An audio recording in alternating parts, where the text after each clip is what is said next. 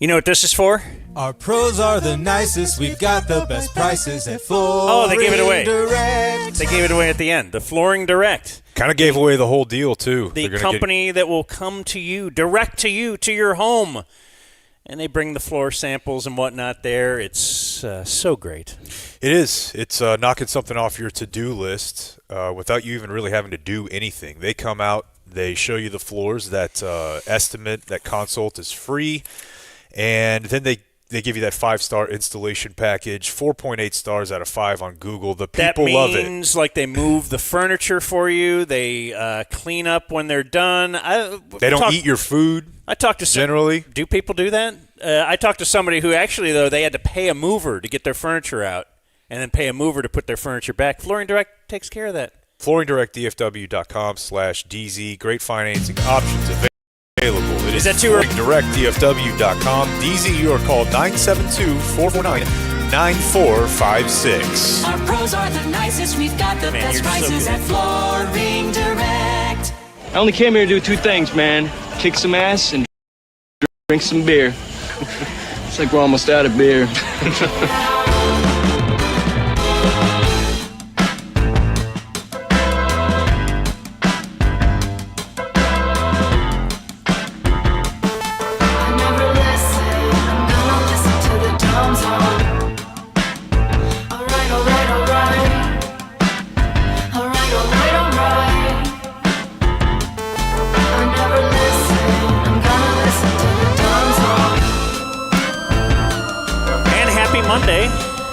For those who celebrate, today we are not in the gameday.dumbzone.com Game Day Men's Health studio. That's in Dallas. We're in Fort Worth at a great, if this was called a den, it would be the best den that's ever existed. We've been here twice before. This is our third version here at the home of one Josh Ewan. Okay. I'm Dan McDowell. I'm Jay Kim. I'm Blake Jones.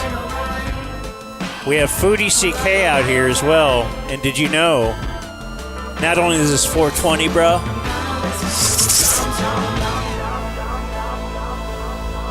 it's Clayton's birthday. Whoa! That's right. Look at that. And unlike Jake. Oh, come on. I work my birthday. I just take off my wife's, my mother-in-law's, the day that we first kissed, my wife and I. Yeah. So happy birthday to CK Foodie, Foodie CK. And happy, dude, it's Brandon Aubrey Day. How do we not just start the show with a full stop down? We have a rich friend now. Oh, that's right. Brandon Aubrey. So he's just signed his deal? Like within the last half hour, anyways, it was reported. Like so they keep the contract over here or wave it in the air. Like you don't want to smudge the ink, right? You got to let it dry for a little bit. Well, the first thing is you see the tweet, and then you ADAMSCHEFTER. That looks right. Go to his profile. Yeah, he's got followers. It's not Adorn Shifter. Go back. Is there a second source? Would that be a weird though fake tweet? It's not like the Luka trade. No, but I also don't. Oh man, you're not online enough. You're just doing mundane fake tweets. Bro, it could be Jared anything? Vanderbilt signed and it's like, why are we doing this? Or really? Oh yeah. Yeah, or George Pickens died. Well, yeah, that's a bigger one. I get that. It knows no bounds. No, I get that one. I don't get the. You still off by a year on a contract, like a mundane contract sign. Not mundane for the general world, not for this world. No, I saw one the other day Dumbzone about Janice getting optioned. It was a fake. It was from Evern Grunt. Anyways, this is also the home of where we had Kevin Farley on the show. So I started to shake when I walked up to the house today. Mm-hmm. And then walking out of Josh is like, actually, and then he walks out of the back room. It's Kevin Farley. I paid the $250 appearance fee. And gave him a sandwich. And there he is. Yeah. Yeah. Happy birthday, Clayton. Thank you. What are you going to do? I got you some early bird CBD. Ah. Yeah. How about that? On 420 day. What's their code? We can give that out real quick. Special code. 420. Oh, that's it? Just 420? Mm-hmm. Okay. Now, maybe you would think that'd get you 20% off site-wide. No. Up the ante. 25% off site-wide. Oh. That's good from today till next Monday. Okay. When I believe Monday's the day today when the holiday starts, and then 1 week from today, a giant plant is risen. It takes emerges a week. from like a tomb and signals the end of the site-wide sale. Okay. I thought today is Columbine Day, but I thought it was the Oklahoma City bombing day. Apparently not. No, but there is some tie-in, isn't there? It's the day before. Okay. Because I Well, there did you go. the Today in History stuff for the weekend, but Why You not? got Hitler. Was he today or yesterday? today's Hitler's birthday. Okay.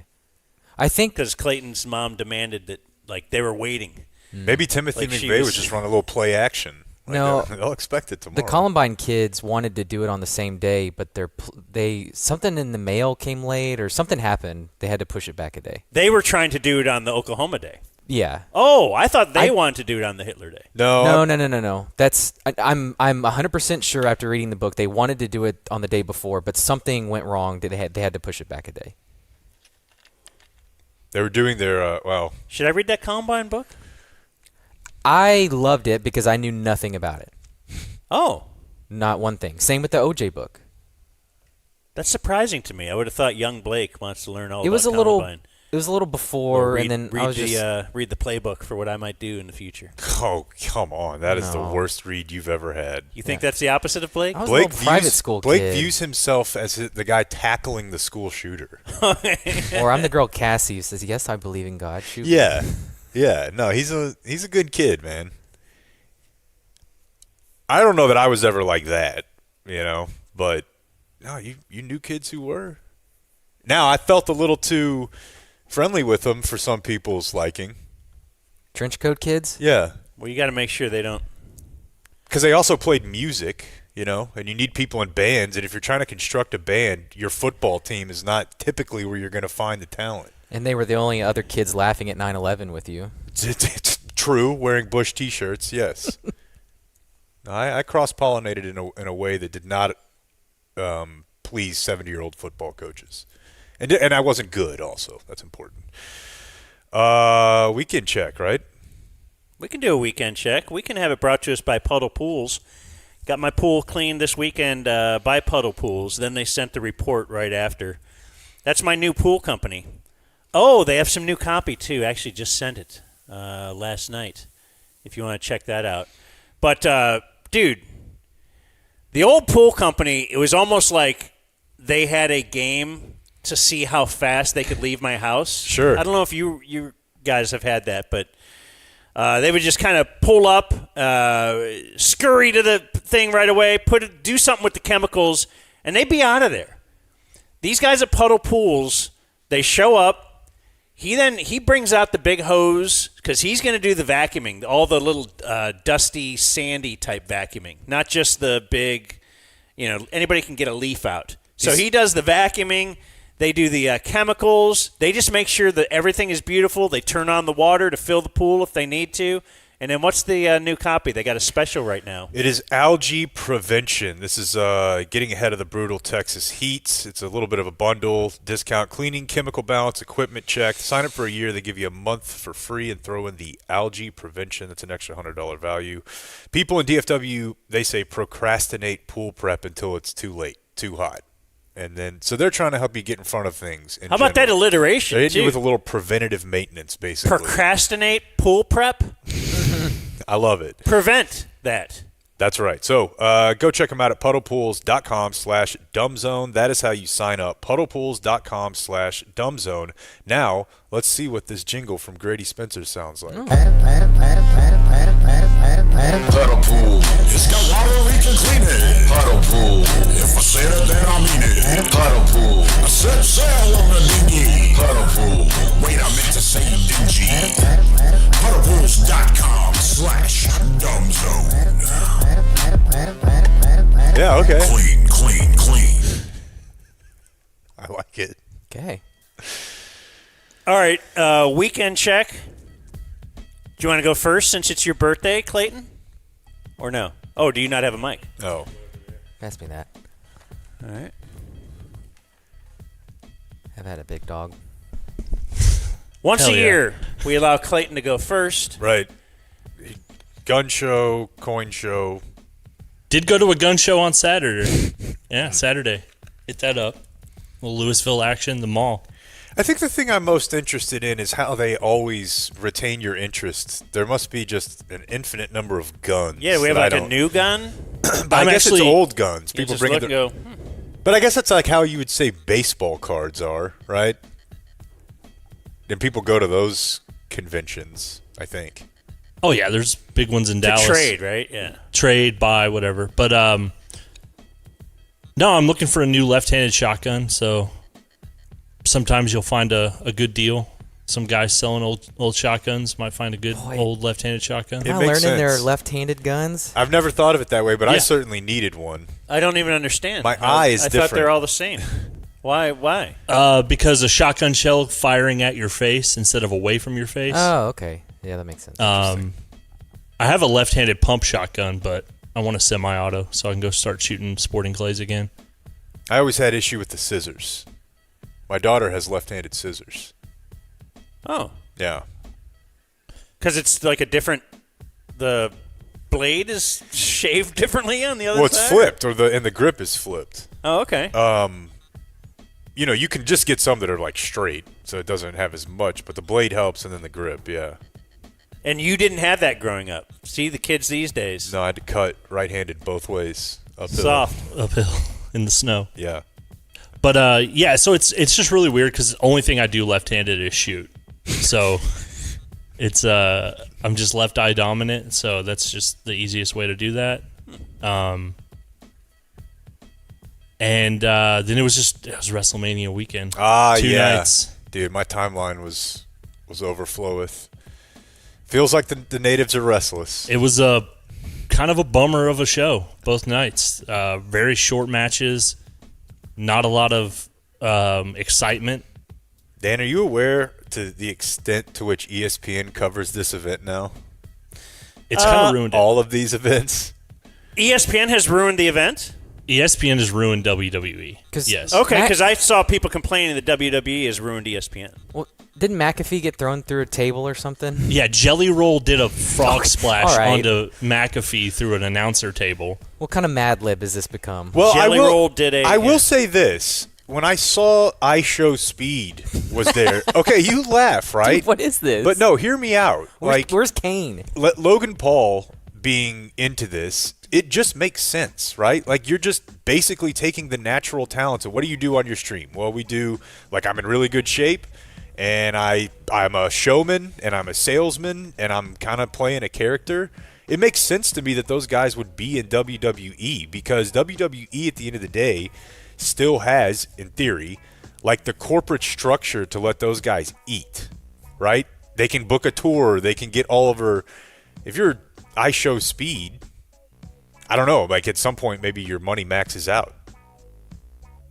Well, and You- it's you just, need it's like just a trying to league. grow the audience, basically. Trying to get the younger That's kids. your value. to Sell it. like, yeah. Yeah. I mean, that was the big thing with Logan Paul. And then, you have iShows. Little Yachty was there. Okay. When's the last time you thought of Little Yachty? It's been a while. yeah. I feel like his 5 minutes ended an hour ago. Yeah.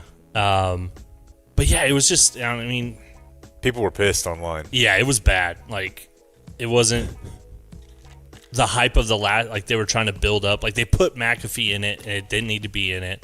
And Dan, I don't know if you know this, but there are always, to varying degrees, competition. There's competition.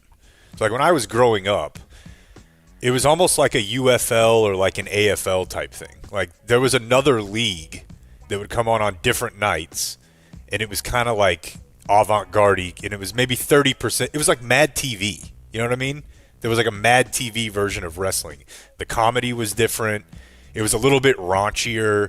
Okay. It felt more Florida-y in some weird way. And then sometimes guys would cross-pollinate. But now there's a bunch of these little independent operations. Yeah, well, and A bunch of them. their biggest Like competition Substack, right? Exactly. are the cons. Who Yeah, own the who own the Jaguars. Jaguars. The AEW. Yeah. His So- billions go into that. And his one son's of- the GM, or kind of. one of the funny things this weekend. So Draft day. WWE has a deal with Fanatics and then a deal with the NFL. Fanatics, Michael Rubin, my sworn enemy, the apparel company.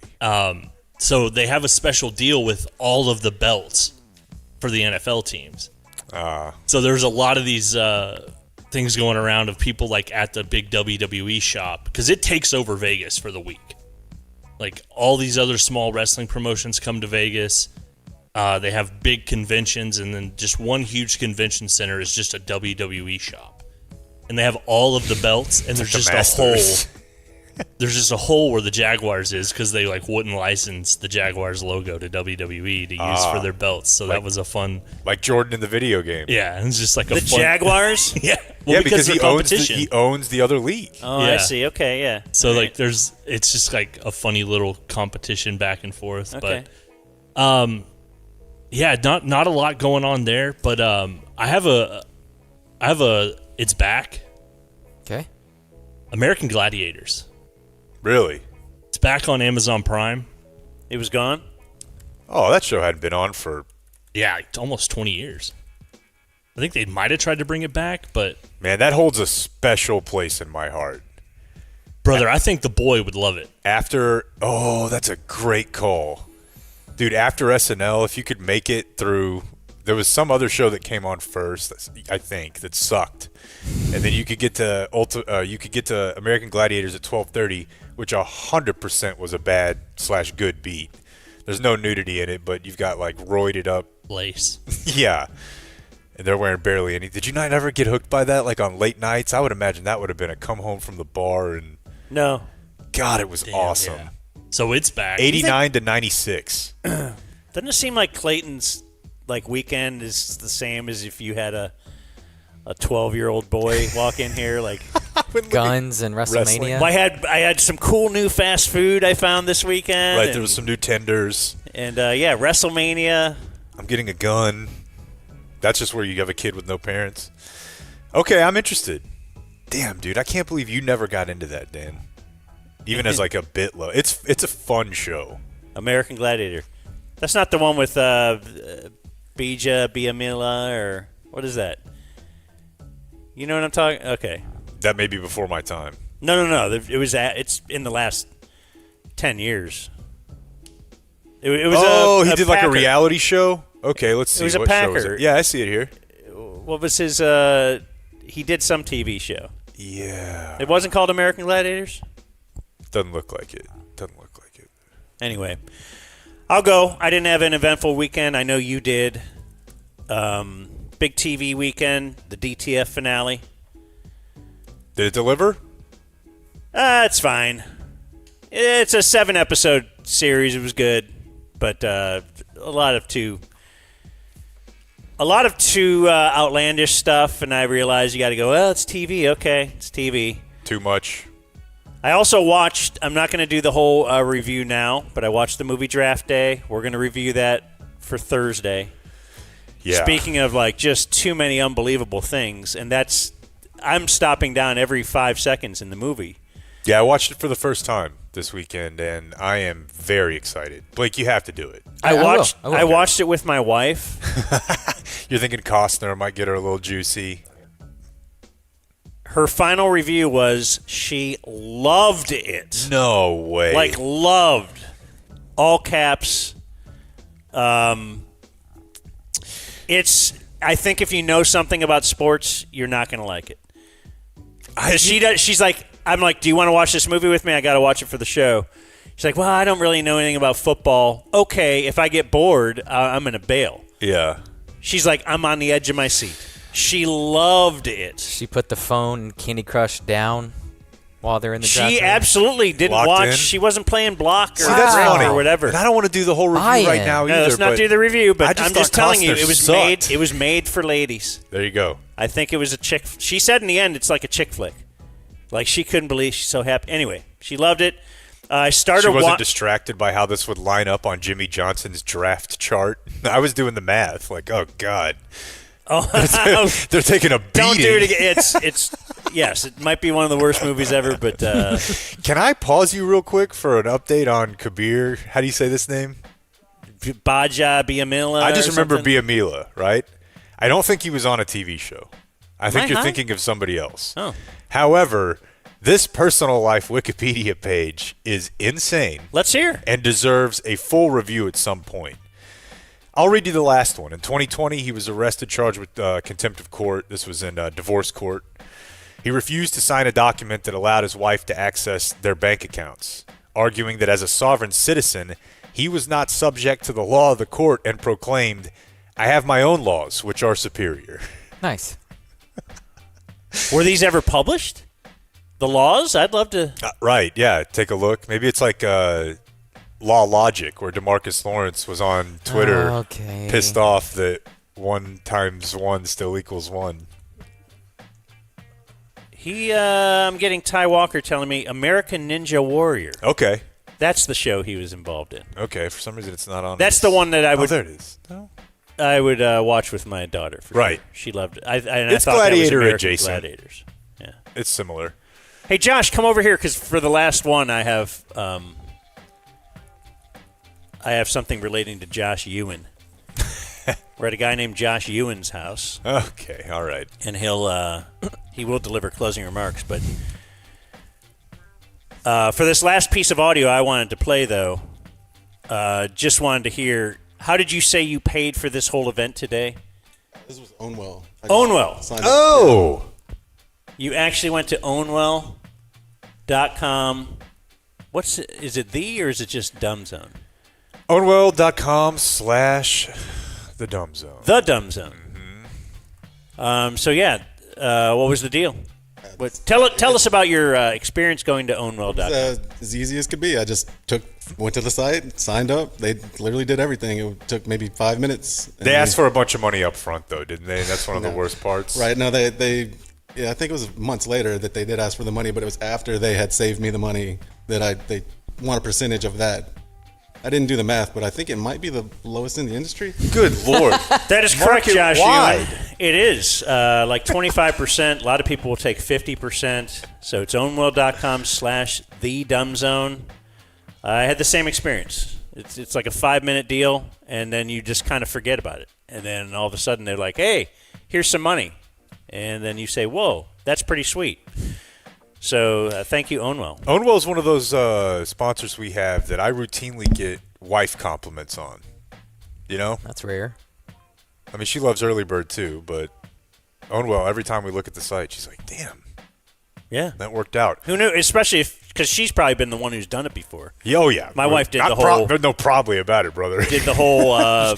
tried to do the appeal on your own, and it takes forever. Breaking, there are 2 Biamilas. They are brothers. One of them hosted American Ninja Warrior. One of them thinks he has his own laws and was tasered in divorce court. Okay, they were both in the NFL? Yeah. Correct. Akbar is the one I like? Akbar. My guy? Yeah, Akbar, if you're going to plant your flag with one of them.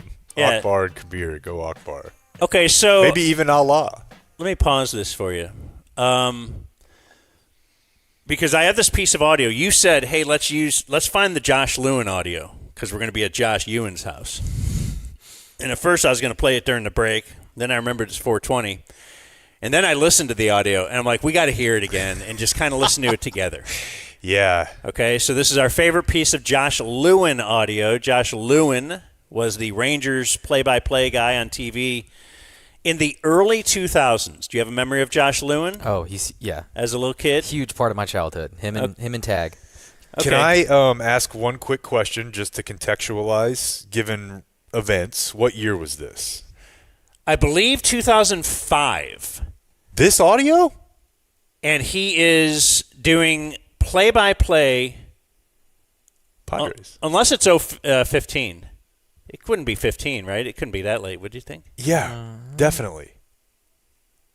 Definitely. Well, I think it's 2015. Okay, but even that, I'm just saying, when you hear this, this might be a bigger deal today. He is also, I don't know if he still is, but he at least was, the play-by-play voice of the San Diego Chargers.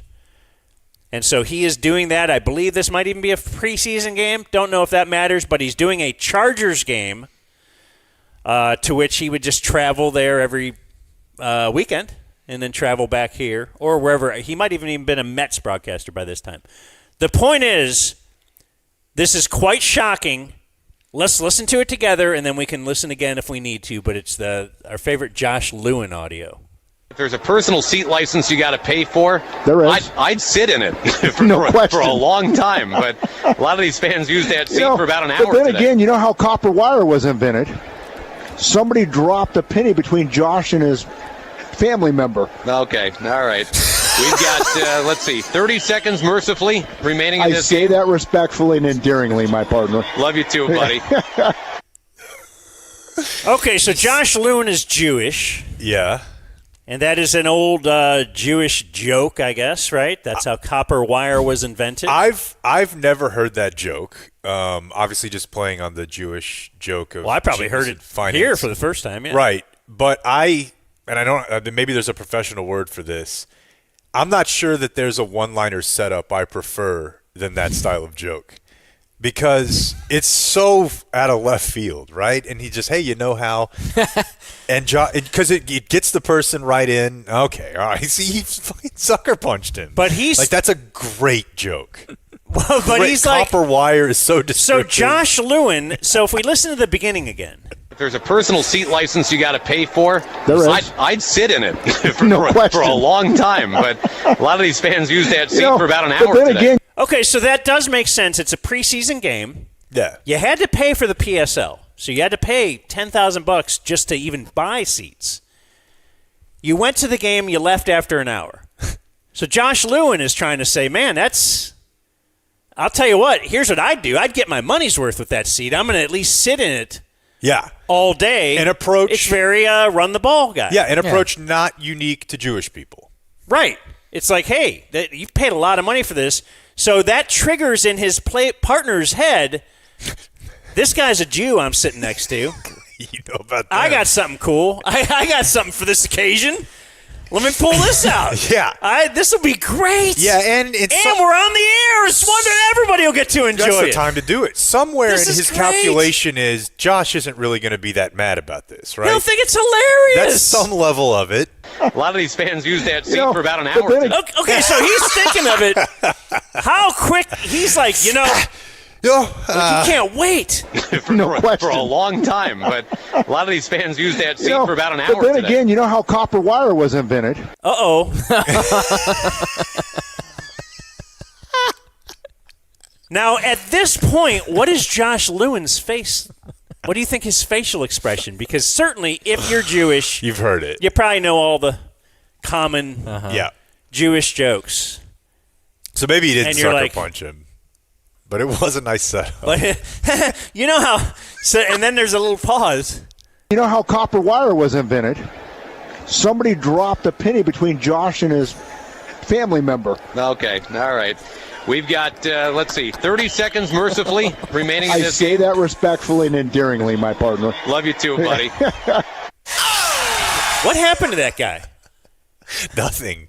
Josh, did he get suspended or anything? I don't remember him. I don't remember it being. Let's look it up.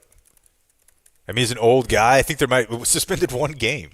Hank Bauer Hank Bauer. suspended one game, 2014. And all I'm saying is just like today, current climate. I don't know how that would go, if it would be different, but I Well, feel let like me people would thank be louder about it. Josh Ewan for having us out here. Yeah.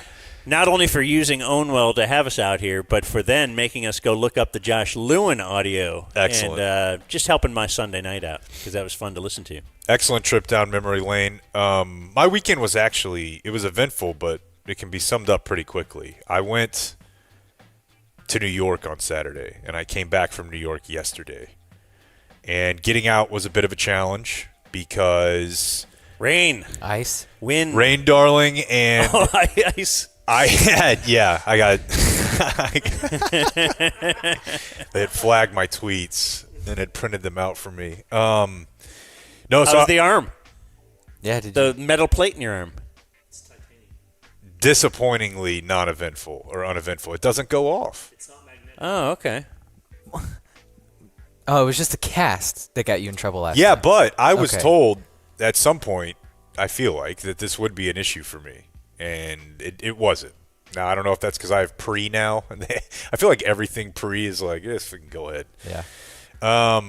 No, but I was trying to thread a needle of getting to coach soccer and get to New York for an 8 p.m. show.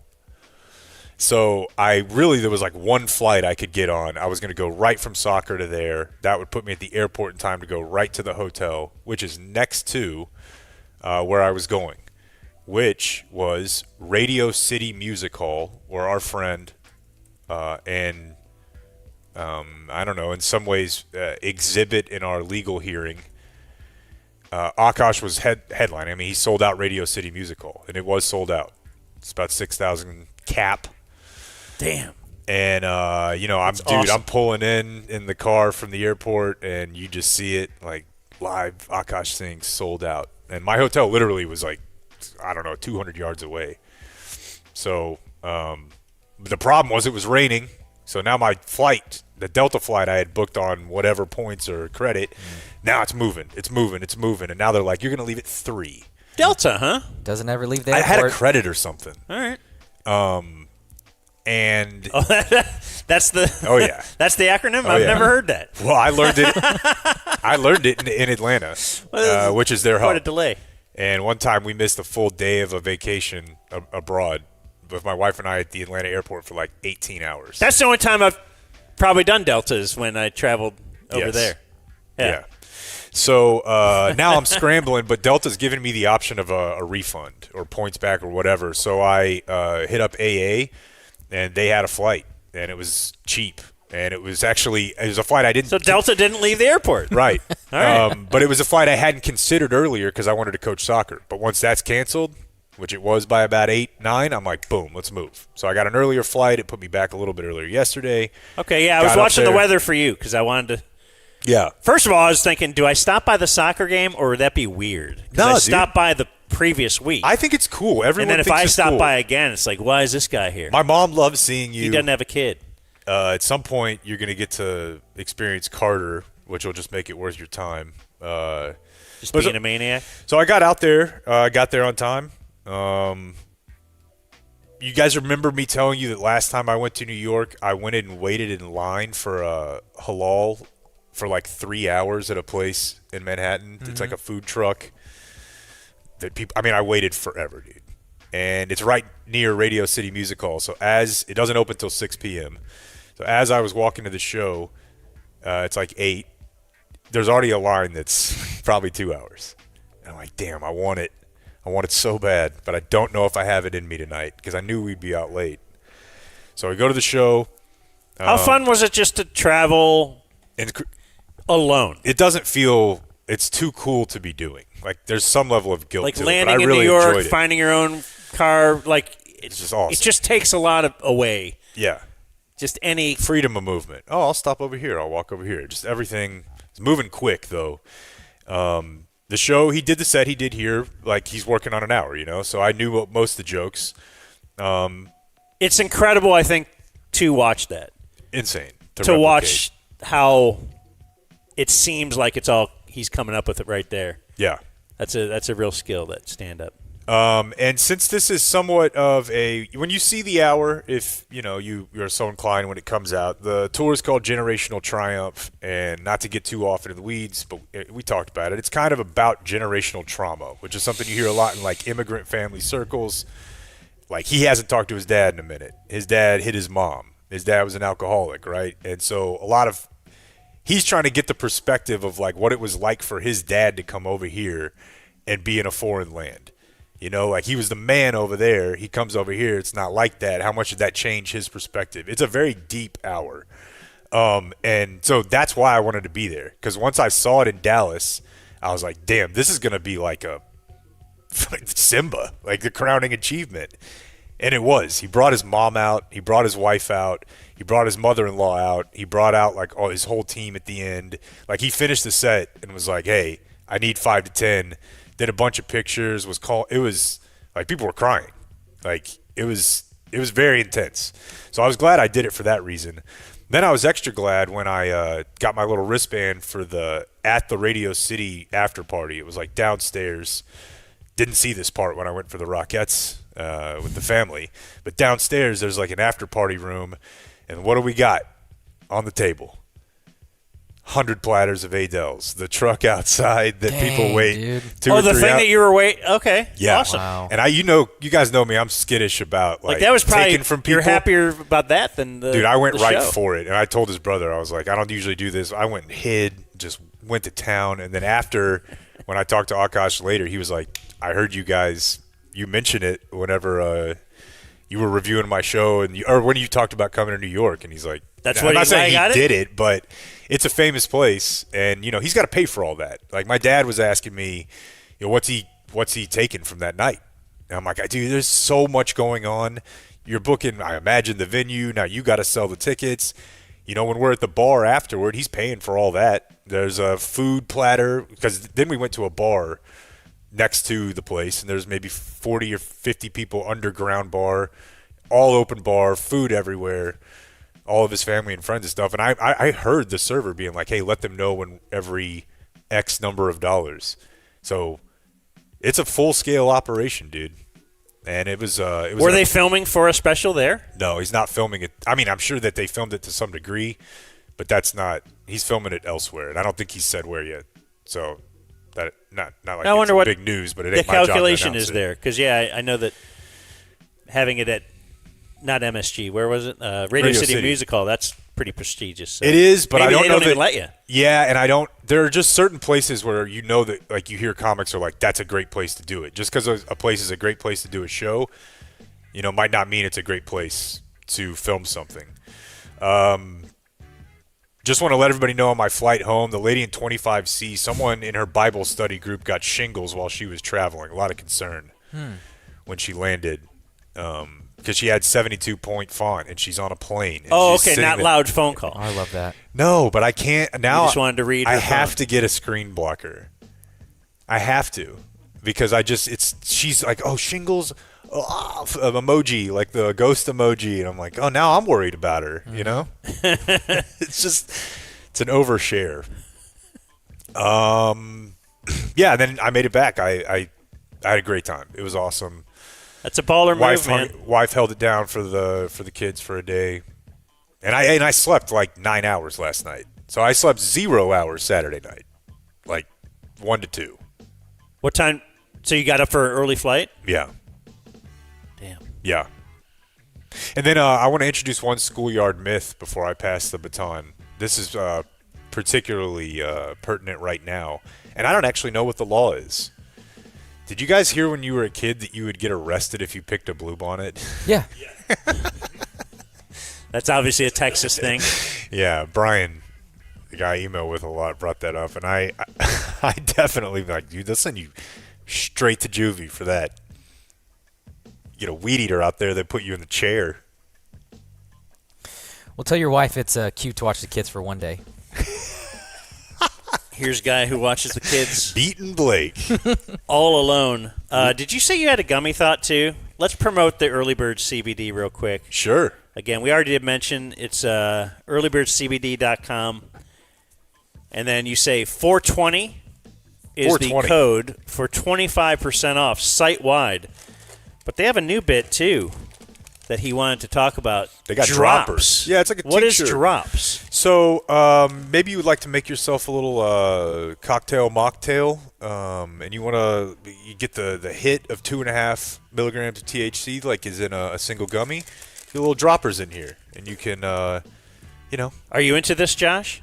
Early Bird guy? Here you go. you're the big winner today. Then Give him a drops. Oh, and no, I'm a big fan of this because Congratulations. How about here's a thing of gummies, too? What a big day. Happy birthday. You're hanging out by the pool, right? You want to make yourself a little something refreshing, a little spritzer, a couple little droppers of this in there. Unflavored, so you can just do whatever you want. So it's with just them. like a gummy? It's like a gummy in that it contains THC for sure. Yeah, that's what I mean. Yeah, That's yeah. what I'm worried about. Yeah, it's got you there. Yeah. And you're worried about paying full price. You won't. Code's 420, earlybirdcbd.com. Oh, did you ever hear this thing about a penny? Okay. Yeah, I don't want All to right. pay full price for sure. All right, Blake.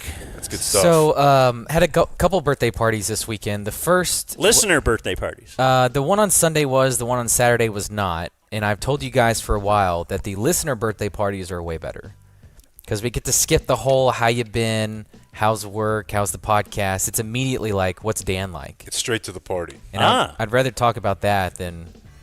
And what is your common answer for that? He's great. Asshole. He's just what you see on TV. The birthday party was in Kaufman, which tells you that there was a mechanical bull at this party. Oh, nice. How old for a little kid? Brooks did not get on it, but the kids. How old is a kid birthday? So this was a grown-up birthday party, but it was hell yeah. It was a hoedown. Oh, this is not a listener. Yeah, right. Okay. This is family, friends. You have not been invited to grown-up listener birthday parties. Not yet. Okay. Did you take kids? I did. Said? Oh yeah, yeah. This is strictly a time kill operation. So the mechanical bull was there. Everyone was in a cowboy hat. They had karaoke. GSE? Does that set you back? We're already trying to get a mechanical bull at the generic summer event. That'd be cool. I don't know that it would. Better than a selfie station. Oh well. Okay. Spent money on that. The very lowest bar. The guy that brought the speakers and all that kind of stuff and set up the karaoke had to do the first song, and I thought that was extremely lame. Don't you think that's how they get people into it? Yeah, somebody has to do it, dude. I know, but and if you have that equipment, you probably love to karaoke. And I was gonna say that's the hardest part of his job, but it's probably the whole part of it. Yeah. I had seen some people go up there and already put their name on the list. I don't know if he had to hit lead off or not, though. That does change things a little bit. I'll break the ice. Okay, I'll do it. On a neon moon. And he's killing it. He's good at it. Was it all country stuff? Yeah. Okay. I've done Neon Moon before at karaoke. They did the line dancing. It was a good time for those that wanted to have a good time. I did have a first down of the day, though, at this party. Excellent. First down of the day. So these are kind of... First down. All right. That is the... we got a drop. Strum. Do you remember the Southern Belle ref? Who could forget? Mr. First Bogan. down. A penalty. If you get free breakfast at a hotel you're not staying at, that's a first down. Yeah. Anytime. I told you guys this story off the air, but I'll tell it here. I had a big German Shepherd, and life took me had to live in an apartment. This apartment complex wanted like an astronomical amount of money per month to have a dog in it. So my fix was to get her signed up as a self-help dog. Mm-hmm. So I had to do a telehealth appointment with this doctor to convince him I was depressed and I needed a really? dog. So that the dog could live with me for free. That's excellent. So you could have taken that dog on a plane and everything? Yeah. It was like a, what do you call it? Service animal. Registered as my service animal. This 80-pound German Shepherd. And It's like did licking your its own landlord buy butt. it? I don't think they have a choice. I had the paperwork. You just got a piece of paper and here it is. Yeah. No, the real from a doctor. The real acting came with the doctor. Boy, I wish I had that video where he was talking to the doctor. Yeah. And so I put on like I'm real sad. Right. Hey man, this dog means a lot to me. Emo Blake. He's got makeup on. Like, is that? I've heard from people. You've gone through depression, right? Sure. People that have had that, like, it's not like I'm just sad. No. Like No. it's so like But yes, but a someone guy on- like Blake pretending I have depression, it's like I don't know, Yeah. man. But someone Like on I the said, outside it's not looking worth in. it. My culture's not your costume. Anyway, the dog lived with me for free. First down. We love it. Move those sticks. My one from the party was all the tables were decorated, had his picture on it, with his in a cowboy hat. Well, they had all these mints. This is the adult. Yeah, he turned How old? 60. Dude. 60? No picture. I wouldn't do it, but I can I'm- at least see. Yeah, and I think in the interest of being fair and balanced, given that I'm assuming the leanings of these folks at the ballot box, that's why Hillary lost. If you're a 60-year-old man and you're having people, you're not stopping people from printing out pictures of you and putting them on place sets, you might as well be listening to NPR. Like, that's horrible, dude. Imagine what would my grandfather say? Is 100 okay? It's like your living funeral. Yeah. I don't think you need. What are you, a realtor? I don't think you need the picture. Everybody knows what you look like. They're there. They're there for you. What are we doing? It's a common thing at weddings now. I don't understand it. Can I take a time out real quick? You say, what are you, a realtor? Realtors have a new bit going on because I was doing a weekend walk, stopped at an open house, told her I'm not really interested in buying, so she proceeded to give me a hard sell. Right. So they give me the piece of paper. It's like a 2,000 square foot house, but they wanted $1 million because they had an acre. And the house was horrible, right? Just full fixer-upper. You have to just tear this thing down. But she convinced me also you could just fix it up a little bit. It'd be nice. But so she gave me the thing, the piece of paper that says $1 million on top and then the square foot and all that kind of stuff. And it had beautiful pictures of the interior. It had the exterior. And then the interior was it looked like this place that we're at now. Like I was just in there. And she goes, "Oh, that's an AI rendering of what it could look like." I'm like, "Oh, okay." Jake loves Well, here's a dick pic of what this is what it could look like. Now, dude, it certainly doesn't. It's big on LinkedIn. Really? Almost everyone's I don't know almost everyone. I just know a lot of people on LinkedIn use AI, and you just kind of have to live with it.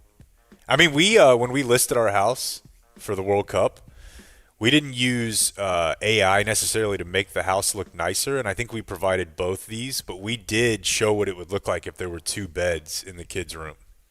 Like there's a kid bed in there, and it looks...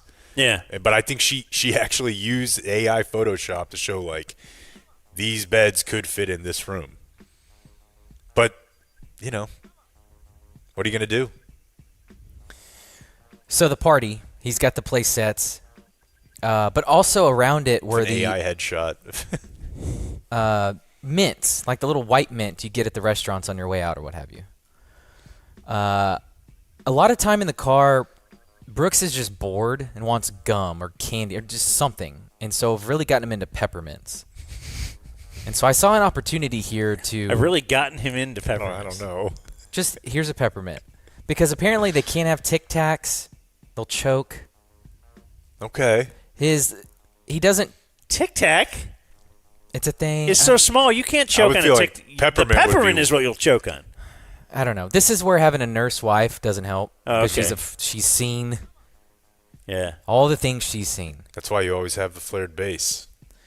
Gum doesn't do well. It's either getting swallowed or stuck in your car somewhere. So a mint is a happy medium. And also, to reference another myth, it'll live in your digestive tract for the next 8 to 10 years. Right.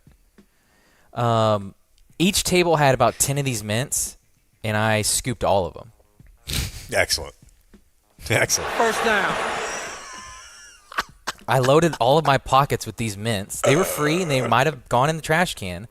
But now my center console in my car, I've got mints for the next 6 months. Gosh, that's good. Because, what he's not thinking is today it's going to be 200 degrees. Yeah, they're all going to be the white chalky one. One blob mint. I think those are mostly good on melting. I think you're fine. Yeah. Yeah, and this is a good one because nobody's missing those mints. No. There's no real loser here. There's no victim. That's great. Yeah. Good for you. The next day did have a listener birthday party who did warn me ahead of time it's a dude perfect birthday. Oh, man. I said, okay, I can let that go because I need some help. So we went to the place. It was at a gymnastics place. And what does this mean, though? If you have a dude perfect themed birthday, what are we doing? So your gift bag that you take home is dude perfect themed. Okay. The cake is dude perfect themed. The birthday boy had a dude perfect shirt on. So just little things here and there. There's no games, did you say? In the gift bag there were. Okay. And I had a really proud moment with Brooks because in the gift bag was a can of Pringles with like a stick and a piece of paper on it that serves as a backboard because also in the bag is a ping pong ball. So you eat the Pringles, and then what do you got a little game of basketball you can play. Apparently this is Dude Perfect. It makes sense. Okay, since you brought this up, I had a quick moment yesterday as they were unpacking the groceries where I saw a bag of chips that got me really excited. And I'll tell you why. Because it was a Doritos Ruffles crossover event, and my daughter had picked out a bag of Ruffles that were Cool Ranch Dorito flavored. And a big win for me is that those stayed unopened until it was time to make lunch this morning. I was super pumped. I actually looked at him and go, "Whoa!" And my wife was like, "What? What do you?" And then I looked, dude, and it's Dude Perfect. It's Dude They're in Perfect charge of the themed. crossover? Yeah, they're right there on the top of the bag. Would you trade portfolios with Tyler from Dude Perfect? That's the dumbest question Yes, you've ever of asked me. course. I just thought you'd want to remain humble. Yeah, I I would. mean, and it's apparently impossible to do so when you get that kind of money, judging by how they carry themselves. Oh! My proud moment was Brooks saw the can of Pringles and this thing on it and just ripped it. Ripped the backboard. Had no time for Dude Perfect's games. Good. And then we had softball yesterday out at the yard. What's the name of your team again? The Cardinals. Yeah. We had a rough Sunday. But it could have been because of this. So between our games, we had to move fields, and 2 police officers walk up to our dugout. Come up to one of my teammates and say, "Hey, someone hit your truck in the parking lot." And we're thinking it wouldn't be with a softball. That's not a police issue. Maybe a hit and run. Someone backed into his car. I don't know. Come to find out, they came up and arrested a guy that I play softball with. Oh, they were lying to him? That was how they got him out to the parking lot. Oh, you did say it was a bit of a ragtag group this season. Rewind the tape.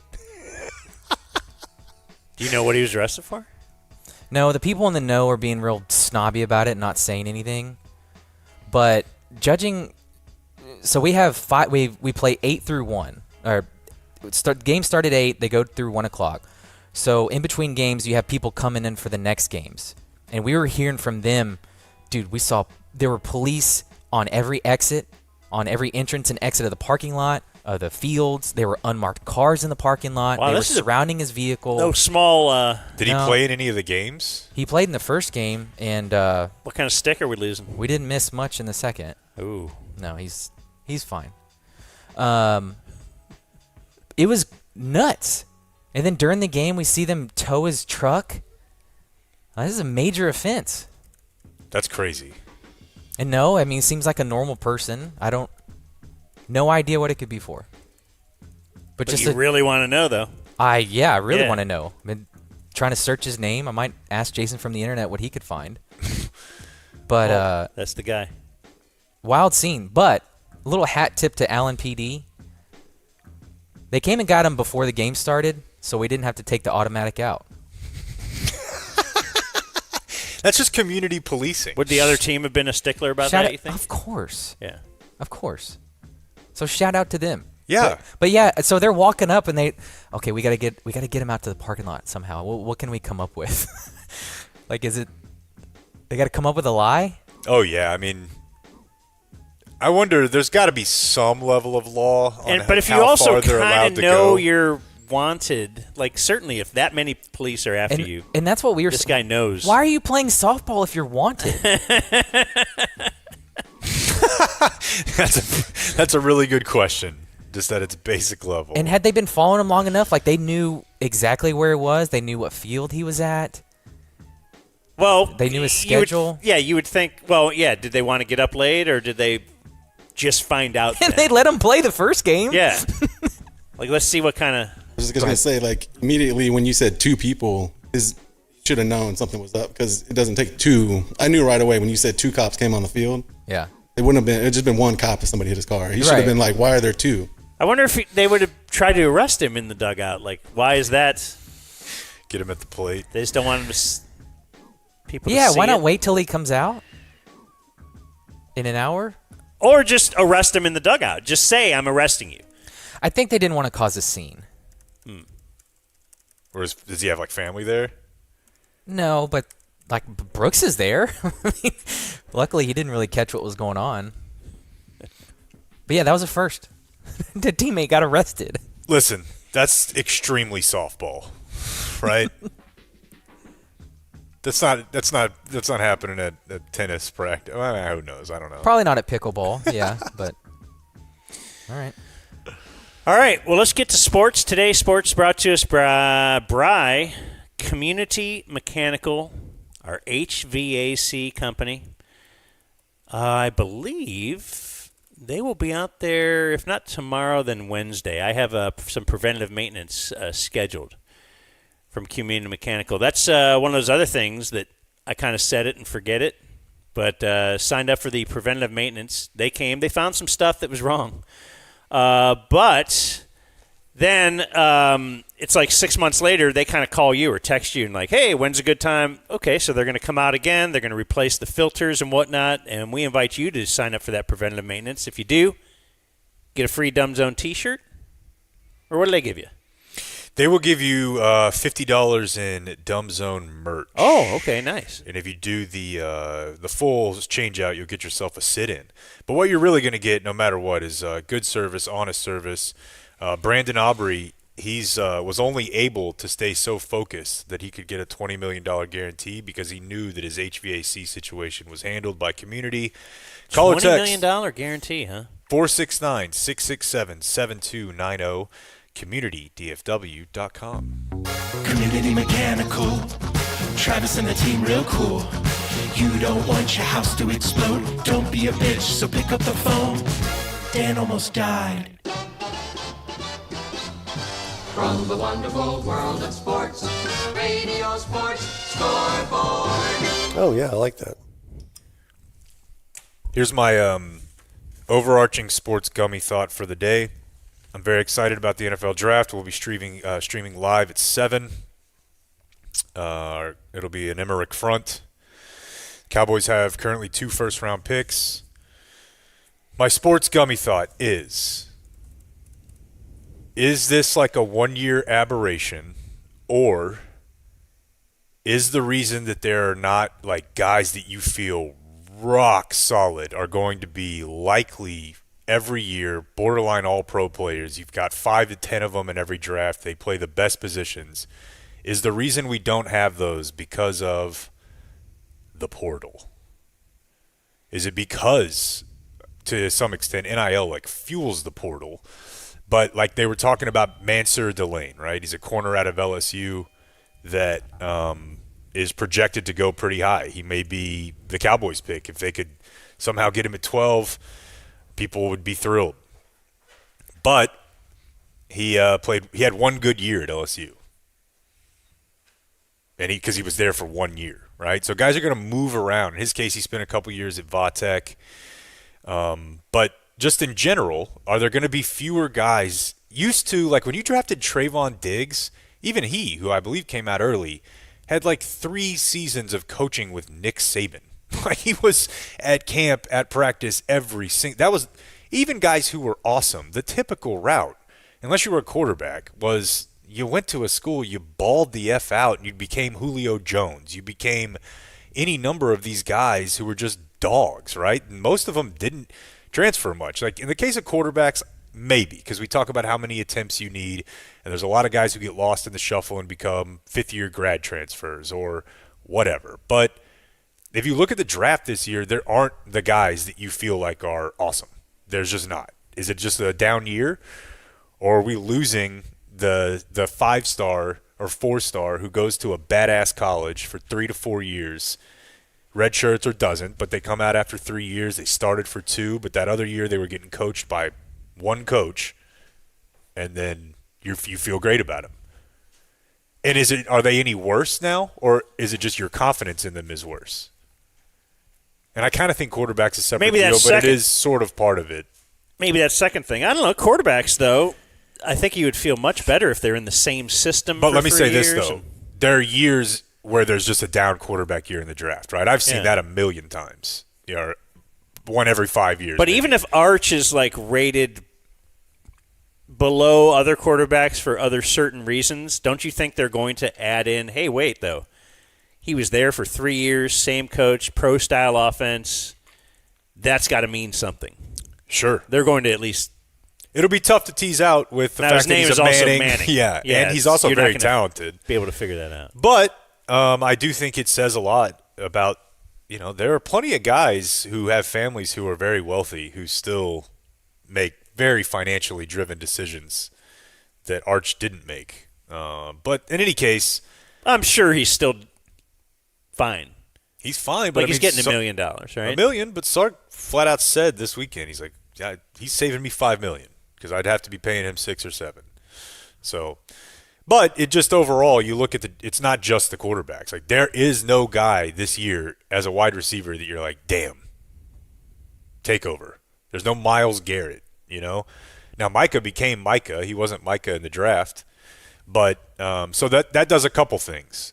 One, it just makes me wonder, right? But two, in practice and effectively, it means there are a lot of teams, really like 3 through 8, maybe even 2, I don't know, 3 through 8 that want to move down because they don't want to spend a pick up there on one of those positions when they're bad because they think they need a lot of players and they don't. I'm not getting an edge. Why do I want to spend the 5th overall pick on a linebacker or a guard?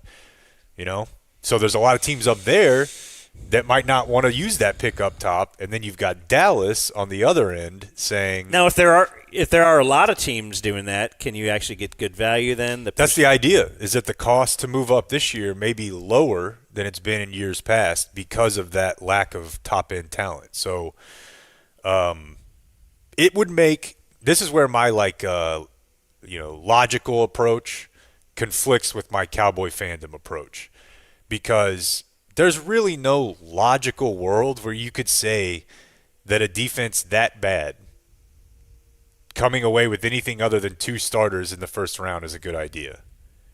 Like you need it so bad. you have 4 spots, 4 rooms really in your defense. Linebacker, safety, and corner could all be upgraded. I saw some edge stat, is being mentioned. Was it Albert Breer? Somebody put a stat out that it was drives started in opponent's territory last year, and Jacksonville led the NFL with 30. And I didn't know that was. I didn't. Did you see where Dallas was? Very last 9. Yeah, with Turpin. Yeah. You can look. But that's just the defense too, right? It's not just special teams. Yeah. He's saying it should be if you have Turpin in a competent defense, you should be top 5 to 10 in that stat every year. But yeah, it was bad, dude. Average starting drive, length of plays, everything was terrible. So that being said, trading up and getting 1 player out of the first round when you don't have a second seems very dicey. Now, if you can get back into the second and you only end up getting a defender in the top 10, and then you've got a second-round pick to do something else, maybe you're okay there. But I'd love for him to get a safety. I'd love him to go get a dog. That's what I want as a fan. But how can you really sell the idea that this team should be in, like, go-get-one-guy mode when you don't have any starting linebackers? You have 1 starting corner. It's a tough sell. It'll make it a fun night, though. I think it's more likely that they move up in this draft than it has been in a very long time. What do you think the Dexter Lawrence trade means for the Cowboys? A couple things. It means that Dexter Lawrence traded from the Giants to the Bengals for the 10th overall pick. I think maybe the first time in since Randy Moss that a top 10 pick was traded. Yes, right before the draft, and it was straight up for a player. Yeah, Moss's might even have had another pick in it, but that's been a long time. You don't see that. So it's funny reading about the 70s or when they used to do it all the time. God, dude, you could trade the number 1 overall for like a couple guys, and that's why draft day is set in like 1973, right? No, it's actually set like a couple years ago.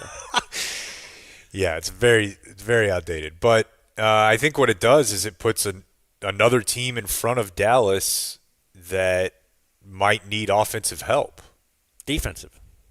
I think that they can get defense and offense now. Like if the Giants are in front of you and you're like, oh, they're going to take a defense. Yeah, but they just traded Dexter Lawrence. Yeah, but I still think there's like they get linked to Jeremiah Love a lot. Now he might go to Carolina so this is a good thing. I don't think it's horrible. I think it pushes players down that Dallas might be interested in. Because obviously Cincinnati Was 100% defense. Yes. Okay, so you're just not sure. You're not sure. What are the Giants? I mean, there've been some receivers mocked to them. Malik Neighbors is awesome, but he was hurt, and I think we're seeing now if you want to get a young quarterback the ball, you got to have 2 receivers that you feel good about. So I think it's not bad. I don't think it's bad at all. I think it might be bad if you think John Harbaugh gets in his bag and is like good at what he does. He's in a unique situation, right? Has more control right now than he's ever had in his life.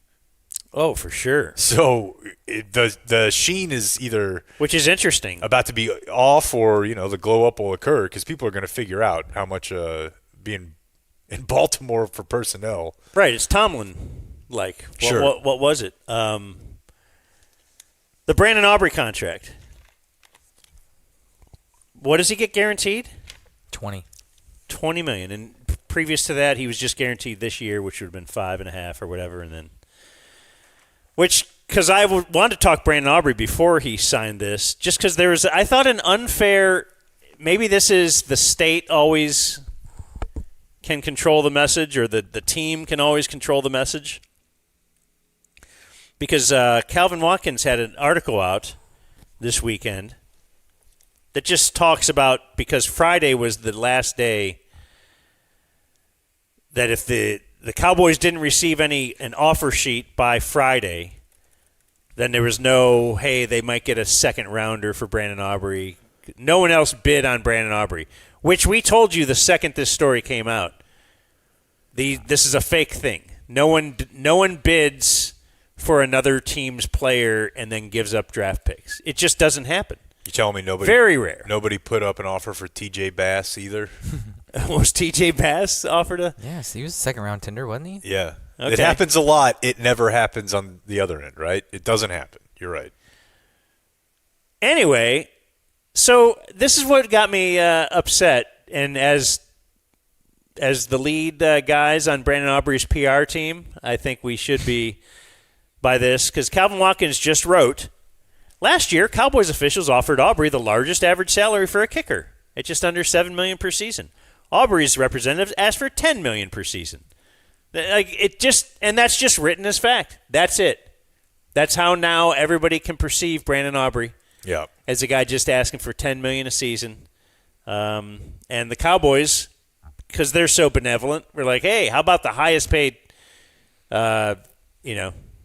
salary for a kicker in history? By $100,000. But you never really see the details either. Was it right? Guarantees. Was it $12 million guaranteed on that one? Years. Was also, it actually? We probably made this point at the time, and I told you guys a story about Phillip, but I don't know. It's odd to me that there are so many people that are involved in business that get really mad when they see how that's negotiating. So if they wanted to end up at a little over 7 or 8 or something, and they come in and say, here's 6.5, what are you supposed to say? I told you the way it was. Yeah. It was that they offered him something that looked shiny, and you looked beneath the surface, and it was fake gold. It was the years, it was whatever it was. It was something they knew he would not accept unless I got a guy here who was kicking for the XFL 2 years ago. Maybe he'll just be like, hey, right. Actually, let me take $12 million guaranteed. I could have dreamed of having $12 million ever offered to me guaranteed. His agent, though, is an actual guy who works in the NFL a long time and is like, okay, if you're going to start here, then we're going to start at $10 million. It was probably a sarcastic type, hey, let's get real talks going. And then it got reported as such.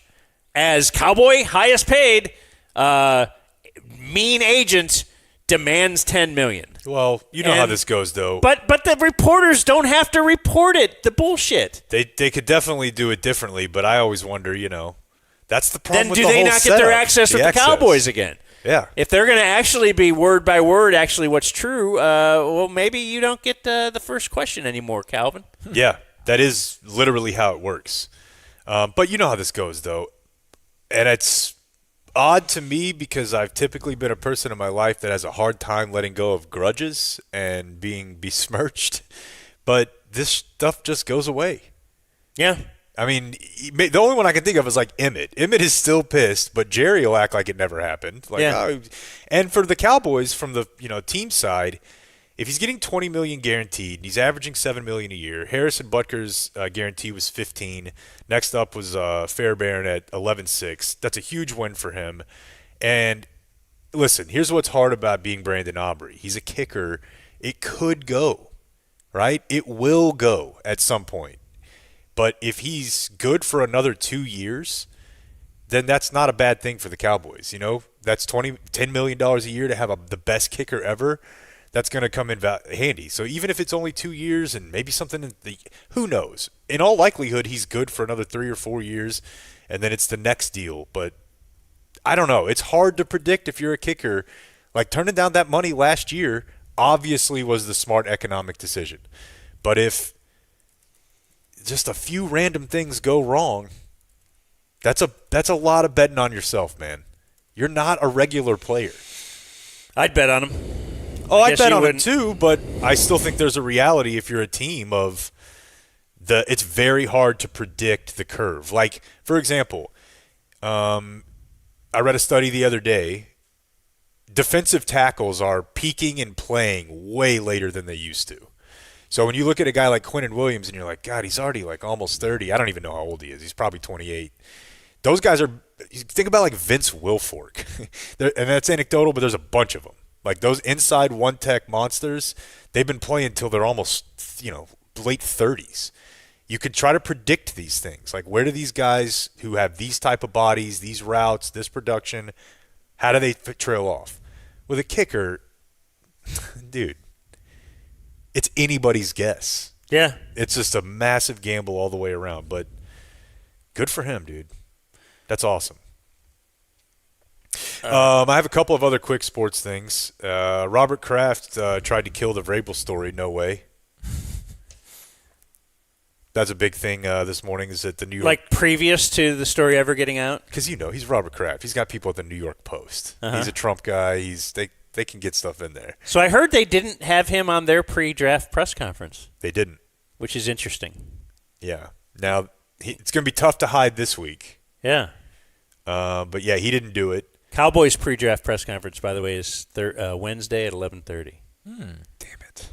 Well, we can either do an emergency, let's just do it at the exact same time, or we'll just run it. Comment, Mystery Shoddy Theater 3000. No, or we could do that, or we could just, cut it up for Thursday, which probably what we'll do. But the Diana Rossini thing with Vrabel, too. So I found out she's a voter for the NFL awards. And there's only 50 voters. So this is where things can come into play because some players have clauses. It's not like the NBA, but like Josh Allen would have got, I think, a $1.5 million bonus had he won MVP the year that she voted for Lamar over Josh Allen. And it was... That was 2024, I think. I promise you there are coaches with similar incentives. Yeah. Think of it. And Vrabel won Coach of the Year last year. Vrabel won Coach of the Year by a good amount. Let's see. 19 first-place votes. I mean... Liam Cohen got 16 first-place votes. But the thought is, though, what if she took the consensus second-place person and gave them 10th place on her ballot? Because, it's weighted. Like, let's say Stafford won MVP by one vote, was it? I don't recall. I or don't know one the story. Very close. I know he won. To Drake May. Mm-hmm. So it's kind of moot because Stafford won the MVP.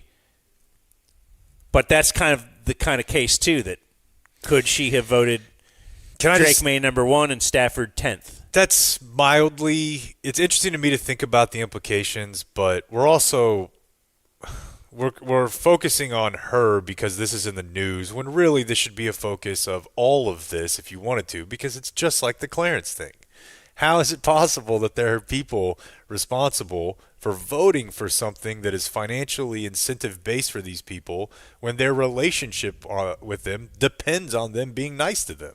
and being cordial with them and being perceived as not an enemy or a threat. I mean, that's in the NBA thing. It always drove me crazy because I'm like, well, this is why these guys hate us. Yeah, like definitely she's voting for Vrabel, right? Because 2024, the AP doesn't usually release the voters or the votes, but for some reason they did. And then they didn't last year. But now people are reaching out to them like saying, hey, let's release those votes now. Let's take a look at how she voted it's just on this. You're never going to have a situation where like anybody thinks it's weird for like I'm not David's is a guy I know, but if David voted for Jerry for Executive of the Year, and David knew well before everyone else about this secret kid and this or that, but that's not what I'm reporting because that's not what this is about. Yeah, but secret kid. I'm just saying, like the idea that you can't burn somebody, and that influences your vote of them.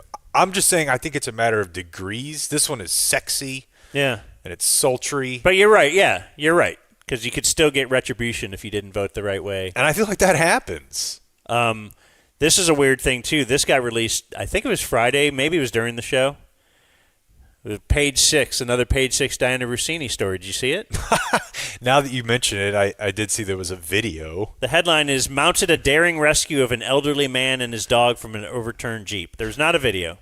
Really? There are pictures. Okay, maybe I just of saw this like overturned aftermath. Jeep. Yeah. Because if there's a video, we could then verify some of these things because there's conflicting reports that 5 p.m. last Wednesday, a 17-year-old driving a Honda Civic turned onto a street in New Jersey, collided with a Jeep, flipped the 4x4 onto its side. Diana Rossini runs out. A tall man put her on top of the Jeep to open the door. She and the other man pulled the driver and his dog out of the Jeep. So after that report was published, someone else comes forward and says, actually, there was a guy who reached that car before Diana Rossini ever got there. He pulled the guy out. Rossini basically kind of helped with the dog. Okay. Something to be said. There was a dog involved, yeah. So she walked up and said, I spoke to the man inside during the accident. He said he's going to try to not wreck in the second half. Back to you. Yeah, it feels like a PR somehow plant. I don't know. I don't believe anything. Right? Like there's 100% a guy who, if you get into some shit, they're like, all right, I can get you saving a dog in the next week for $5,000. That's awesome. There's got to be. Right? There's got to be a crisis comms guy that's like, how do you want to do this? What can we do? And like let's see do you go to levels of believability? Like, right. Yeah, you got to. Here's a special needs kid over here. You're okay, like, let's that's go not really to an my thing. obscure neighborhood in New Jersey. Right. A car turns over. You just kind of help the guy get out. The car doesn't blow up or anything. You're not in danger. They're like, that's believable. That's pretty good. You're like, but it's positive. I have you a guy. pulled over. You don't cared. That's how much you cared. You don't think that there are guys who are ex-military who know how to roll a Jeep and live through it?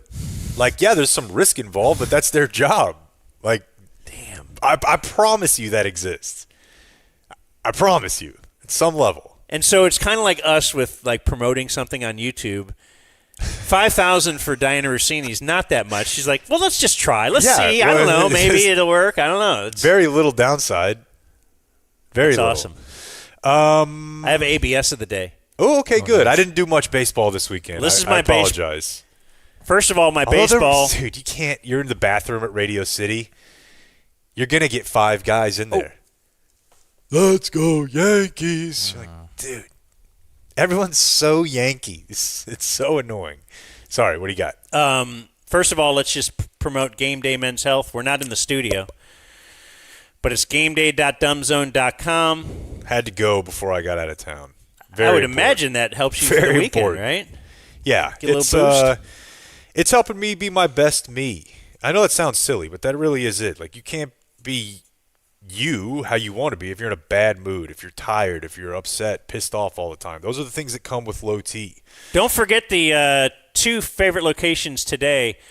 The Northeast Frisco location on Coit, just south of 380, across from Rock Hill High School, and then the Plano location, the medical building on the northeast corner of Preston and Spring Creek, catty corner to HEB. That's our 2 highlighted Rock Hill High School. Rock Hill High School? You don't know? Frisco, Rock Hill. Unbelievable. Okay. They're new. Blue hens? No. Okay. But anyway, if you've never even had your testosterone level checked, it's free. Go to Game Day Men's Health. And then if you get the TRT replacement or anything at Game Day Men's Health, mention the Dumb Zone. You get 10% off for life. Blue Hawks. You can even start the first treatment before leaving if you want on your first visit. About 15 minutes, you'll get the results from your rapid testosterone test. So, gameday.dumbzone.com. My baseball, one thing is a WHL, but it is a tweet from Evan Grant,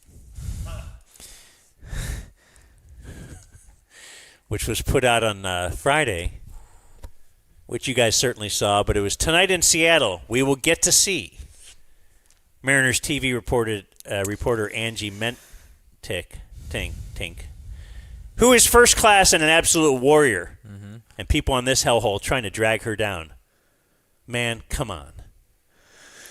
And, she, of course, is the TV reporter who was Googling, or was it like ChatGPT, whatever, Googling. ChatGPT. AI is, I feel like, an important part of this story for whatever reason.